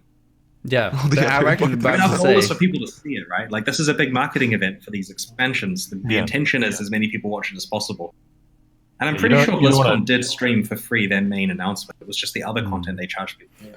You don't want to hide away the, what did you say, $500,000 expenditure and not allow people to see what's going on and be part of the spectacle. It's kind of the whole reason. It's going to be awesome, though. Like, I love fan meetups, right? Like, getting 20 people together in a bar and us just talking about how the development works. Like, I mean, I try to be candid here, but there's 7,000 people watching and then hundreds of thousands more later on YouTube. So I have to be a bit careful. But when there's some beer involved and, no cameras, you can talk about a lot more stuff. And that's why ExileCon is going to be awesome, because there's going to be a ton of developers who aren't PR trained, and they're going to say all sorts of stuff they're not meant to about the future expansions. It's a goldmine for information. So it's going to be so much fun to hang out with the community for the weekend. You guys are really underselling yourself. The 1,500, Chris, I promise you. Yeah, I think it's going to sell out a lot faster than you think it will. It's going to sell out in 2 hours. Yeah. 15 minutes. Yeah. That's actually one thing that I would probably ask. This is a very selfish thing to ask. For the streamers who can't get flown out, because fair enough, would there be any kind of system where they can kind of at least get dibs on a ticket? So that I think so. Okay. You have to bear in mind that, like, there'll be some guy who's got 20 viewers, streamer, and he's trying very hard. Amazing guy and makes great content, and he is a streamer and he's doing everything right, but he hasn't reached your level of success yet, and he may ask, may I please have my free streamer ticket? I've been working very hard at this, and we have to draw a line somewhere. So I'm pretty sure there will be the people who get flown out, the people who get just the hotels, the people who get just a ticket, and the people who get a polite apology. Okay. Also, one other thing, on the terms of the like the opening announcement stuff being streamable, just to clarify, because some companies have different rules to this, are you going to be okay with the streamers who can't make it streaming your ceremony and then like doing live commentary? Like, as in they're restreaming our Yeah, they're stream like and then re-streaming your reacting. stream. Yeah. Pretty sure it's fine. I mean, I can't. That sounds like more publicity, right? Okay, Yeah. brilliant. Because there are quite a few companies who actually like they'll shut that down ASAP. So it's actually really good to know that in advance. Yeah. I don't think we're particularly known for shutting stuff down. No, Have we ever shut I anything wouldn't say down? so. I can't remember any time. You shut down Morse pretty hard with those balance Nice. changes. There was some boy thing here. We had a couple of like loose gaming industry questions, but chat and also anyone here, is there anything more about ExileCon that you want to ask before we kind of move on? Because otherwise it will literally just be 30 minutes of me begging for a ticket, so that's just... Yeah. Yeah. Kind of what I'm worried about. I think we're good. Unless you have something, Chris, that you maybe might want to mention that we're absolutely forgetting. Yeah. You know, we've never been to a cool event like That's a this good one. question. So, what else is there? Oh, I would one encourage question. anyone going to it to plan an epic trip around. Like, there's so much cool stuff to see. Don't treat it as fly into Auckland to do the convention. People are saying merch. We are getting merch made. I mean, not tons, right? Like, it's expensive and hard, but we have some cool stuff. And so Yay. we're getting there'll be a merch shop. Yeah, it should be fun. One thing that I know people care a lot about, do you think there'll be any exclusive MTX for the ExileCon people? I believe that we'll probably give an exclusive single MTX to the attendees so that they can, in fact, they there. But this isn't a big deal kind of thing. Like, our goal isn't to like drown them in free swag to the point where everyone's jealous. It's more a matter of, you got a thing. I don't know what the thing is yet, but and I'm careful not to speculate. If that's because like, I'm- if there's only something like 1,500 like special ExileCon Kiwis, I'm telling you, those are going to sell for millions on eBay, and that's how you get all your costs back. 100%. we weren't planning to sell them on eBay ourselves, but the intention was that. Cut out the middleman, Chris. It's fine. So the way it works with signing up for ExileCon tickets is you do it on your Path of Exile account. Like, you log into the site and you buy the ticket, and therefore the microtransactions can go directly on your account rather than have to give you a code that goes on eBay. Sorry. one I expects. mean, that's good. I expensive ATX. prefer that system where it's going straight to the account, because then you don't have all the scumminess of like people stealing codes and all of that stuff. I think that's a good way of doing it. Also, we're probably not going to sell Kiwis again, because that includes beta, and we'll have a lot of very, very rightly entitled people who spend a lot of money early on saying, hey, please don't do Kiwis. And I think they're in the right there. Yeah, no That's Kiwis. fair. No Kiwis and no Razor footprints, please. Yeah, chat's suggesting a different bird. Oh, That's not a bad idea. yeah, heck yeah. So the spicy question that I wasn't sure that you're going to approve, but you said you didn't know what you were going to say to.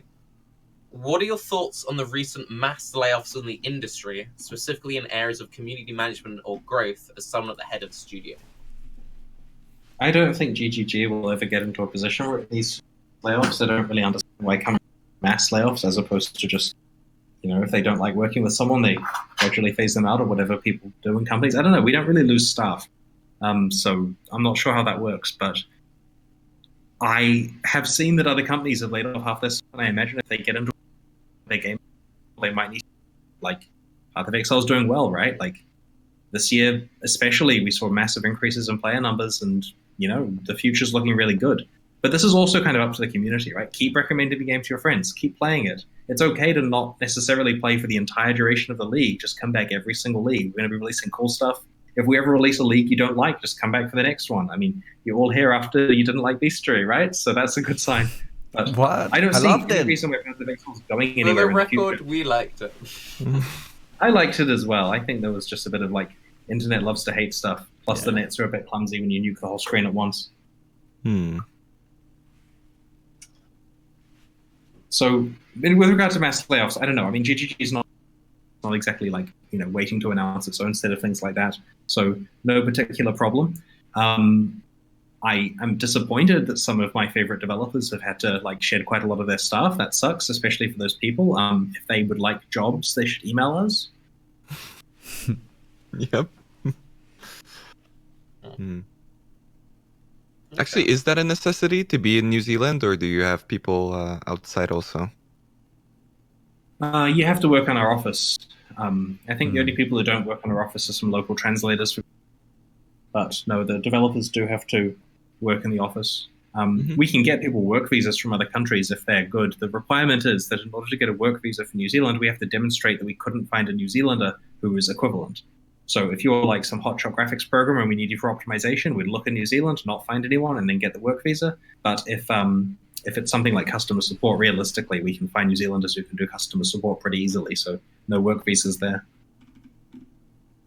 I tried to help with the spam, and I banned the only person who I shouldn't have banned. God.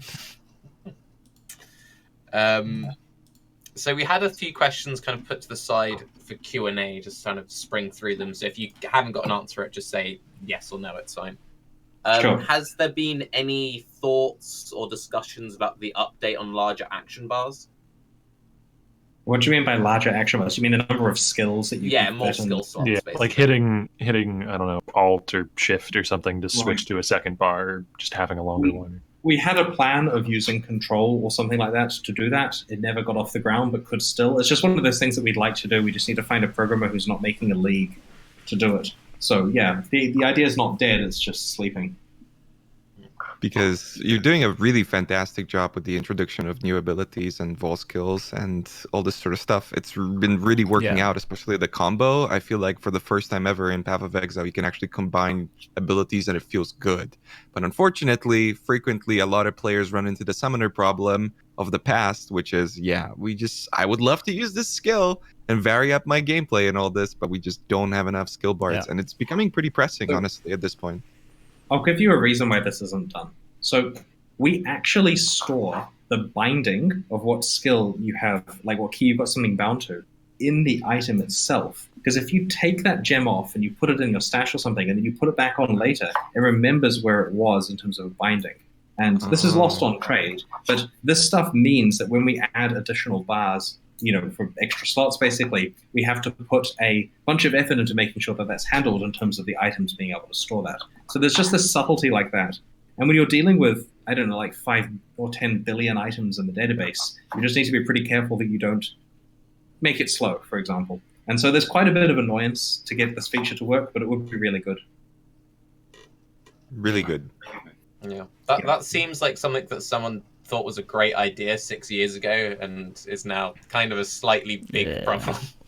We're happy with the decision. We think it was the right one. It just has consequences. Like, we like making things that are fast. Like, by that I mean that we make things that are designed for performance, and then they're hard to maintain later. Okay. Have you considered? Oh, go on.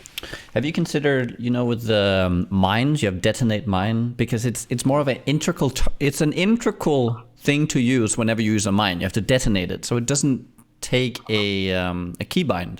You just get one for free. So have you maybe considered that for summoners and for all other archetypes maybe? Or focus. Yeah, that works well. It's possible. I mean, this discussion will prompt some discussion. I can guarantee, like, designers are going to be watching this and they're going to come and talk to me about it in the next week or two. Okay. Yeah, okay.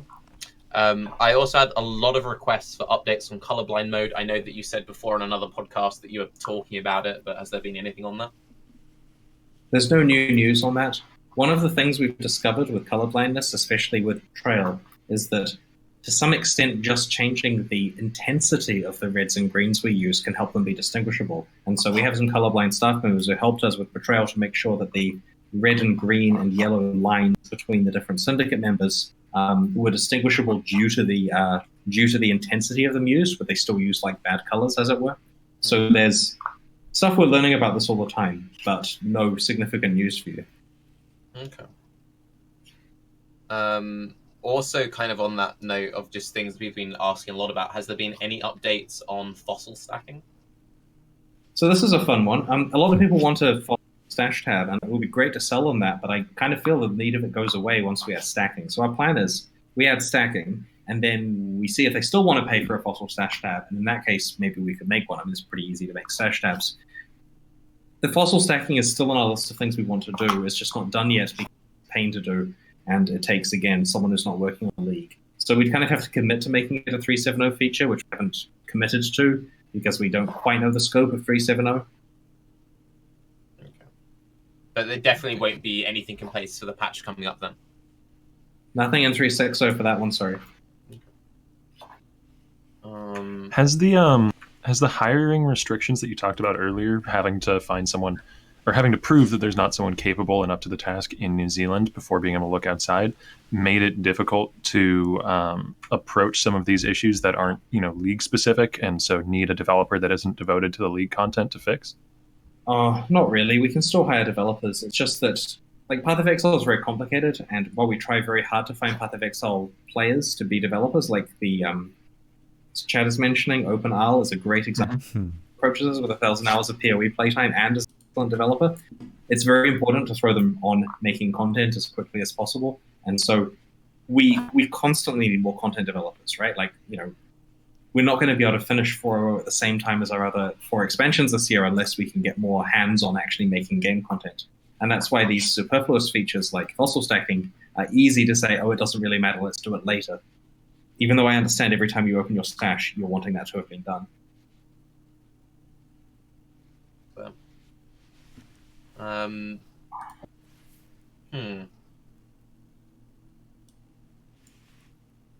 One other thing. Go on. And this is a very, very, very important question that I was asked at great length. Why does Cyclone AoE keep getting nerfed?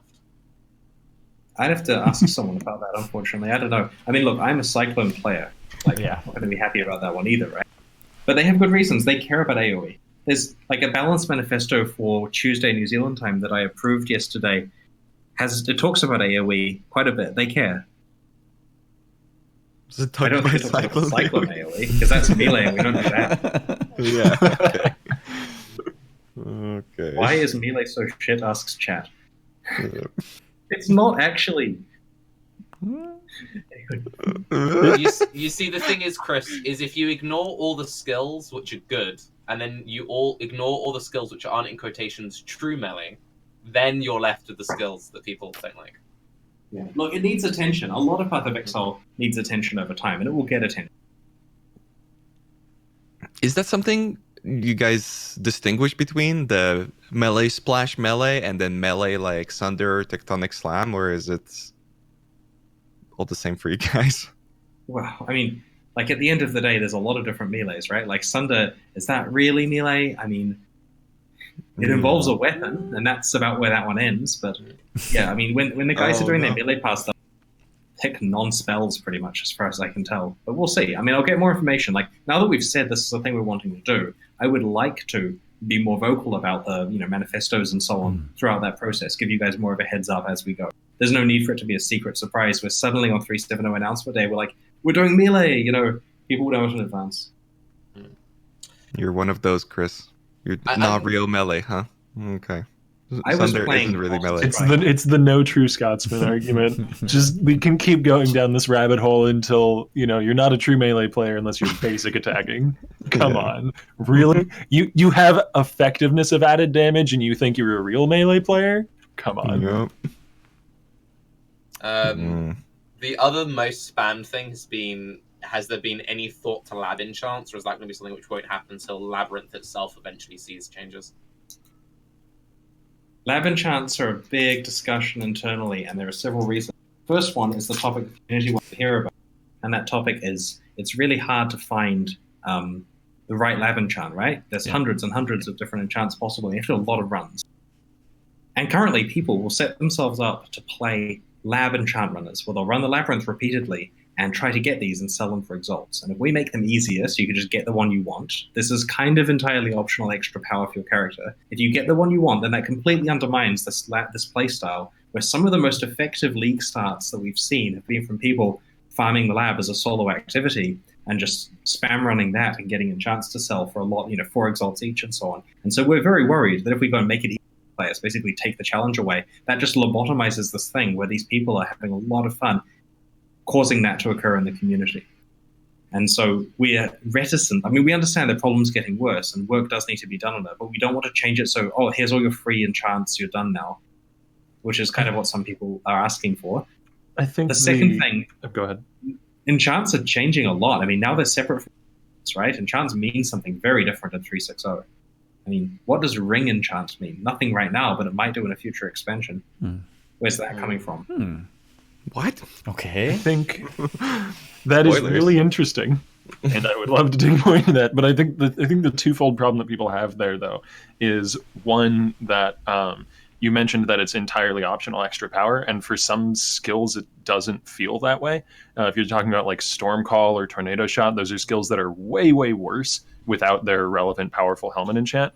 And as well as that, it's very difficult to get the correct enchant you need on a weird off-meta base, so it makes a lot of people feel like they can't really play with this strange alternative helmet if they want to, and they are then forced into just using Devotos or just using an Elder Royal Versionaire or whatever. Or not even playing the skill at all in many cases. Yeah. Yep. These are valid concerns, and I think the team have put a lot more. Just that I don't want to trivialize it by accident. And that sometimes happens with overreactions, right? We've overreacted in the past with stuff. And so I would rather see small gradual changes to make it easier than, like potentially, and this is me talking without having checked with it, true, but maybe even the ability to move enchants between items somehow so that you can get it, you can buy the random unique with it, and then move it on to the weird off-meta item that you're looking for, or something like that. Those things could potentially the additional ways to look at it while not changing the number and nature of the enchant. Yeah. It'd be interesting to have, I don't know, maybe an option where you have more control over the enchant that you're getting, but the enchant that you get is the merciless version instead of the Uber. So you can still get a like moderately powerful version of the enchant you want much more easily from running that's like awesome. Uber Lab. Yeah, it's only a matter of time until each revamp, right? And I'm not saying there's a Labyrinth revamp coming anytime soon because it's held up remarkably well. But one day it'll be old, and one day we've got to put a paint on that, and changing that system at that point, we get forced to, or potentially earlier. And I know people want something in the next patch or two to address this issue because it is quite a hot topic one. The designers are definitely aware of it. I've just got like one or two more, so if you guys want to throw anything into the mix or get something from chat, feel free to go for it. Should we expect any more like widespread unique rebalancing in this patch coming up? There are some small, unique balance changes. I actually took them out of the manifesto posted. It was on Wednesday, and I wanted to more clearly signal the fact that if people are going to go gamble on buying them all from PoE.trade or whatever, then they should do that based on the patch notes rather than the manifesto. I think that the changes in this expansion, because of the sheer number of buffs to everything, we've just made a few power adjustments downwards for a few key uniques, like 3 of them maybe, so it's no big deal. We have not included a full unique rebalance in this expansion, partly because the designers have been very busy doing spells. Certainly in the future we'd like to. I mean, it's so much easier to change the power level of a unique than it is to have to make a new one. And Path of Exile is very, very full of uniques at the moment. There's like 850 of them, so we'll continue to make new ones that do interesting stuff, but we don't really need to kind of spam filler ones. It would be better to take old ones and make them more powerful. So on that note, then, you're saying that, you're saying here that the spell reworks are so significant that it's, edging out time for a unique rework. And you mentioned earlier that it's, you're excited that it's going to shake up the meta. Does that mean that this overarching spell rework is going to be like very significant across the board? I think it will be. I mean, it's going to mean there's so many more viable things for people to play. Like, the goal here is that everything is rebalanced around all its various damage and shape characteristics and so on, and all the timing stuff. It's going to at least give a large period of confusion where people don't know what their skill is, and I think that's really good for experimentation, and people will find a lot of interesting builds. In addition, it'll just mean there's a lot more viable things, and all the bad player experiences you get where you start a character, pick the wrong spell entirely through no fault of your own, and then the game is bad because you have the wrong spell. That kind of stuff will be a lot less of a problem. On bad player experiences, trading maps for a lot of people is something they really hate. Have you ever considered giving players options to, maybe for a high card, like combining maps? Let's say you find like a bunch of red maps, right? Instead of having to go and trade for the ones you want, maybe you just combine the ones you have into like one specific one, right? So you consume all the maps you have. Let's say you have dig on your what's it called? Your atlas, right? Let's say it's 14, and you want to go to Sunken Temple, and then you take, instead of going upwards 3-1, you can go sideways. I'll bring it up with the team. Mm-hmm. I mean, I understand that you're carefully not suggesting an auction house here, diplomatic. Instead, saying we can get a more solution to the map problem. Appreciated. And yeah, I'll talk to the team about it. Nice.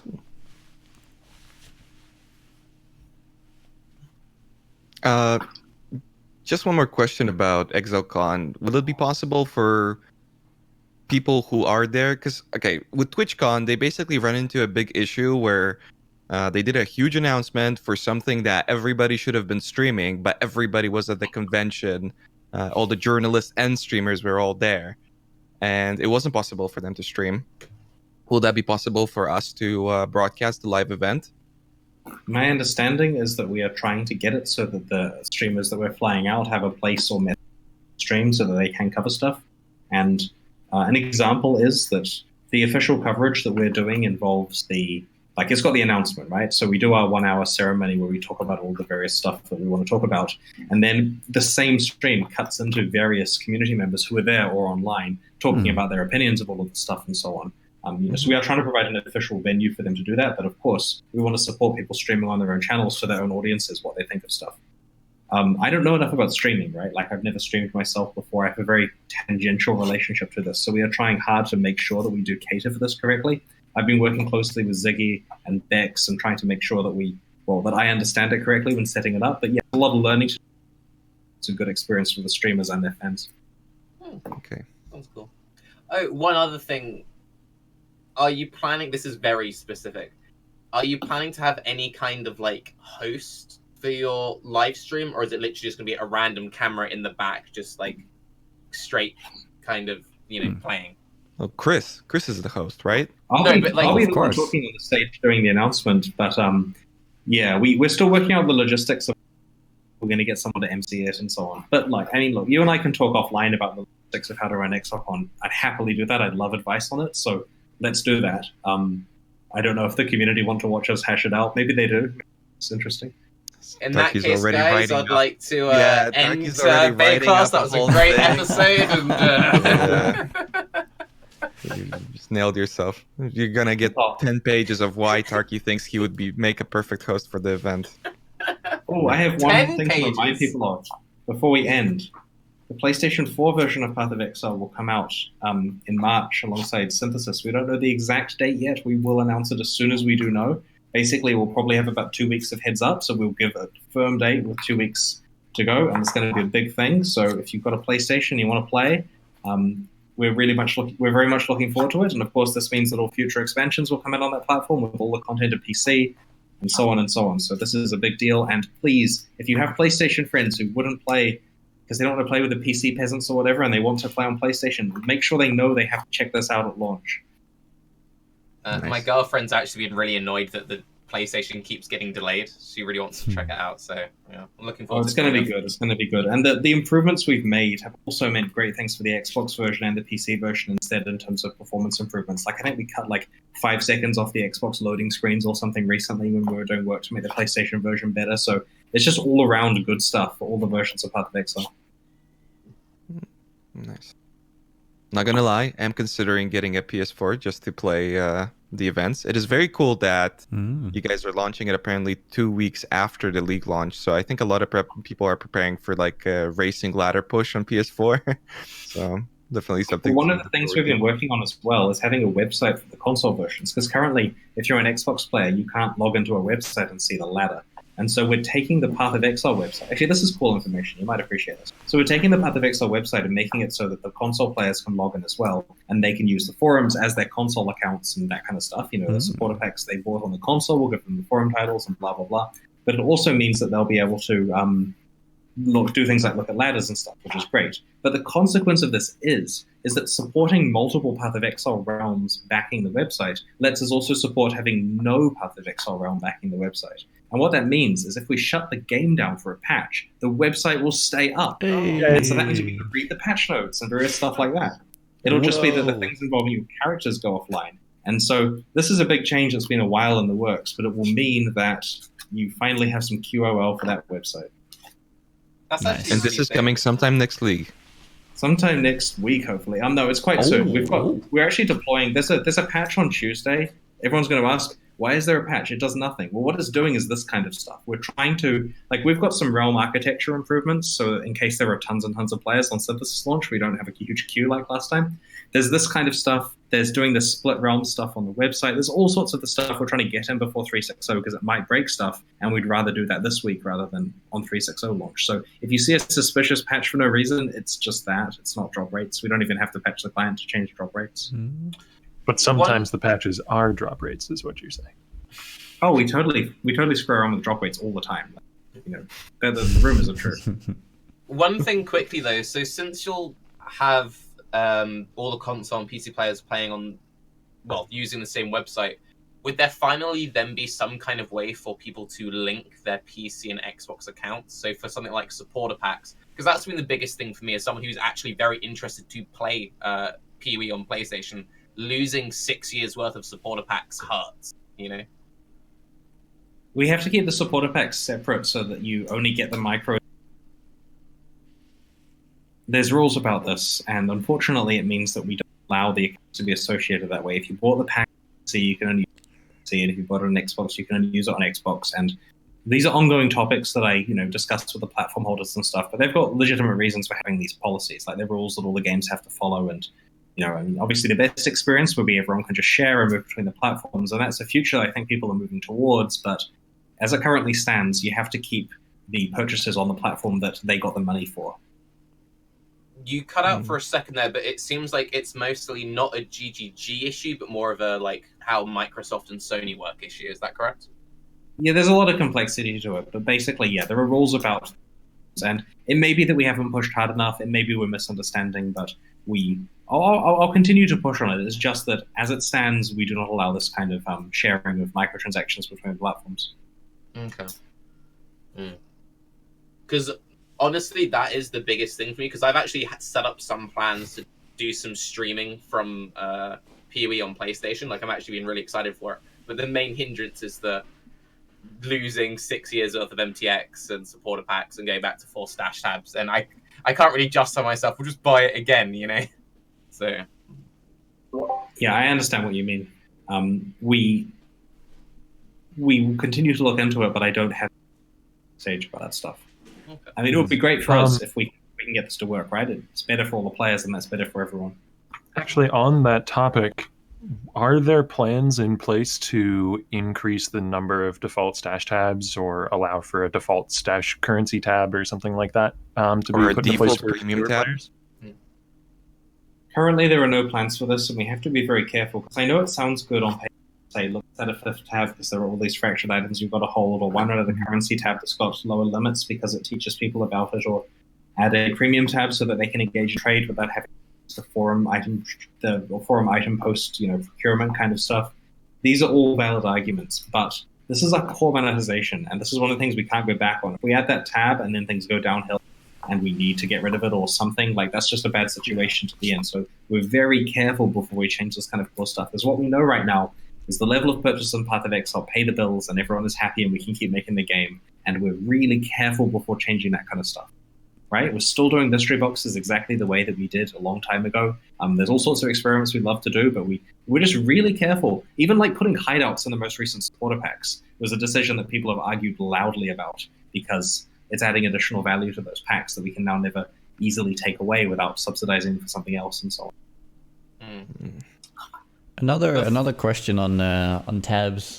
For the standard people, I've had this question a lot. Map tabs. With you changing the atlas a bit more rapidly now, and maps getting changed, like rotating into new sets, every time they have to buy a new tab, if I understand correctly. Is there any plans to address that issue? So a map tab is able to hold one series worth of maps at once. Yeah. And I was talking to some people on Reddit about this, that we have been looking into this because, of course, it's not optimal at the moment. I mean, technically, you can take the maps out and put them somewhere else, like in a quad tab, and then use your map tab for the current series and so on and so on. But then you have this segregation of like some maps from each series. So we were thinking our best idea so far was the concept of converting older series of maps to equivalent ones in the current series. So basically, you can take the old maps out that you want to collect, like a few of each for prosperity's reasons, and then you can convert the rest to the current series, and your tab is all converted and usable again. This type of thing we might do.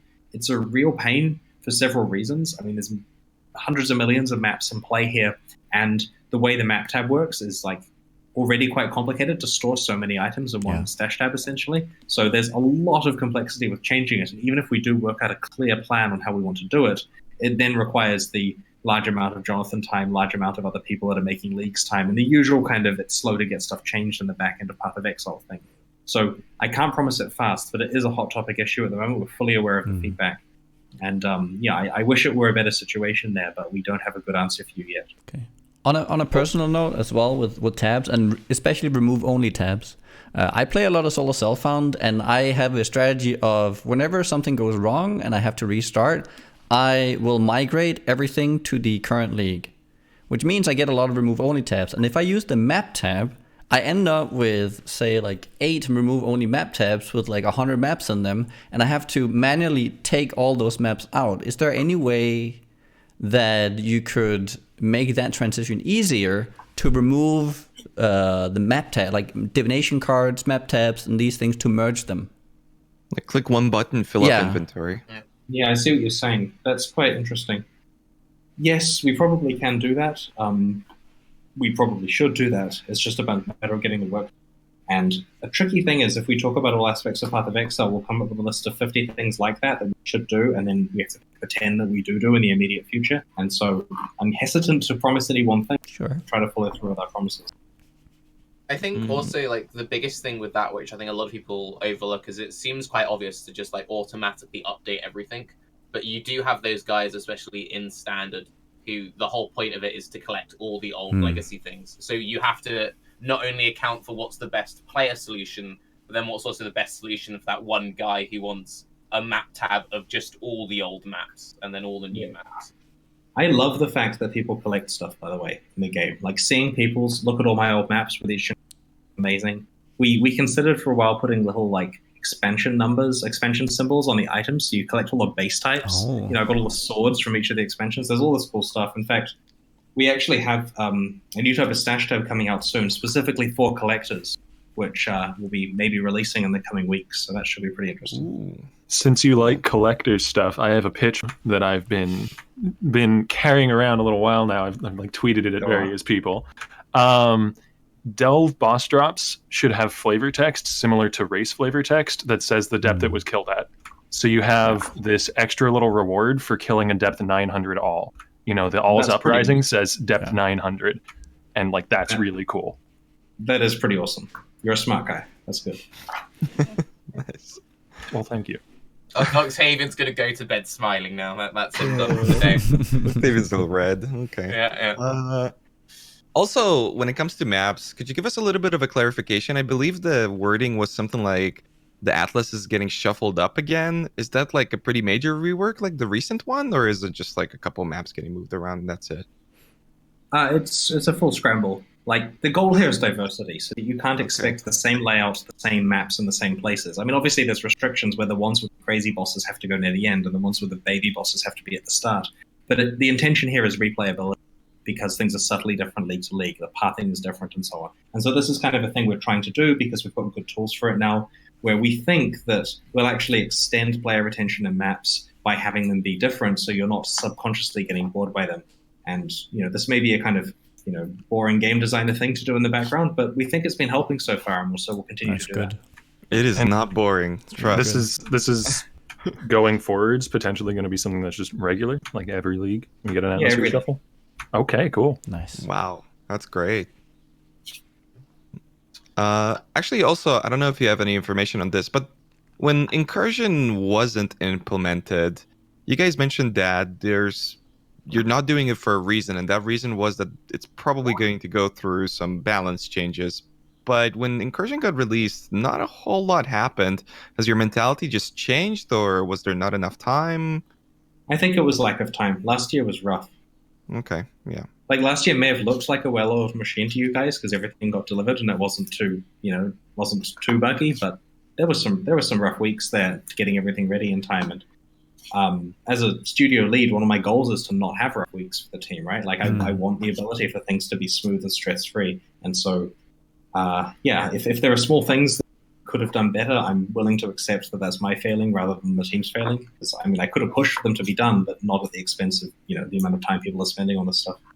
Is there something that we can do as community members to maybe make it easier for you guys?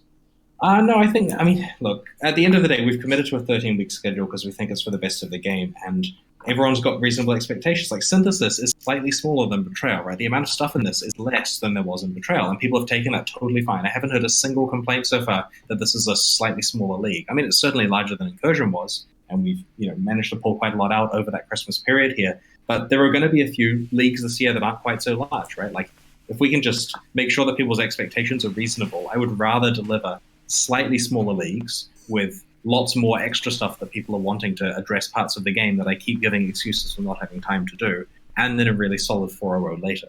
So as long as the community are understanding of the fact that if we repeat last year's schedule, we're not getting anything else done at the same time, then I think we'll be okay. Yeah, to be entirely honest, I fully anticipated Synthesis to be a much smaller mechanic than it. This seems, if anything, over-delivering. Thank you. We try to under-promise and over-deliver, right? But we want to pack it full of as much stuff as we can, and there's so much stuff possible. We don't really know a lot about the rest of the leagues we're doing this year yet. We're currently in the middle of designing the 3701. We have an idea of what theme we want to go for. It's pretty cool. We have a lot of ideas about 390, which is the December one. We have literally nothing for 380 yet. May not make a lot of sense, but we'll get to that in a few months. Just for the sake of Chris's time, since it is getting late for him, if the three of you want to give him like one last thing, or if Chris wants to give anything to us, I think we should kind of like round it out. I already gave Chris the perfect opportunity to sell out MTXs, and he didn't take it. He's too nice of a guy, so I think I'm done. Okay. I think we're pretty much good. Yeah, I think we're good. All right. Thank you so much for your time, guys. It was awesome. Yep, thank you very much for coming on, and hopefully we can do this again. And I apologize for the Discord spam you're going to get from me in the next couple of hours. That's no problem. I'll be asleep, so I'll see that in the morning when it's Balance Sunday, as I referred to it earlier. I was just joking about the 10 pages. Tarke never puts in that much effort into anything. Don't worry, Chris. Thank you, Raiz. He was there saving the day this morning in an interview, asking all the good questions, which was awesome. Okay. See, I try. Okay. Well, thank you everyone for turning up today. If you missed any of the podcasts, don't worry, this will be on YouTube. And also, thanks again for Bex for all the loot box codes you gave us to celebrate our 2-year anniversary. 2 years I've had to put up with the Rise's bullshit.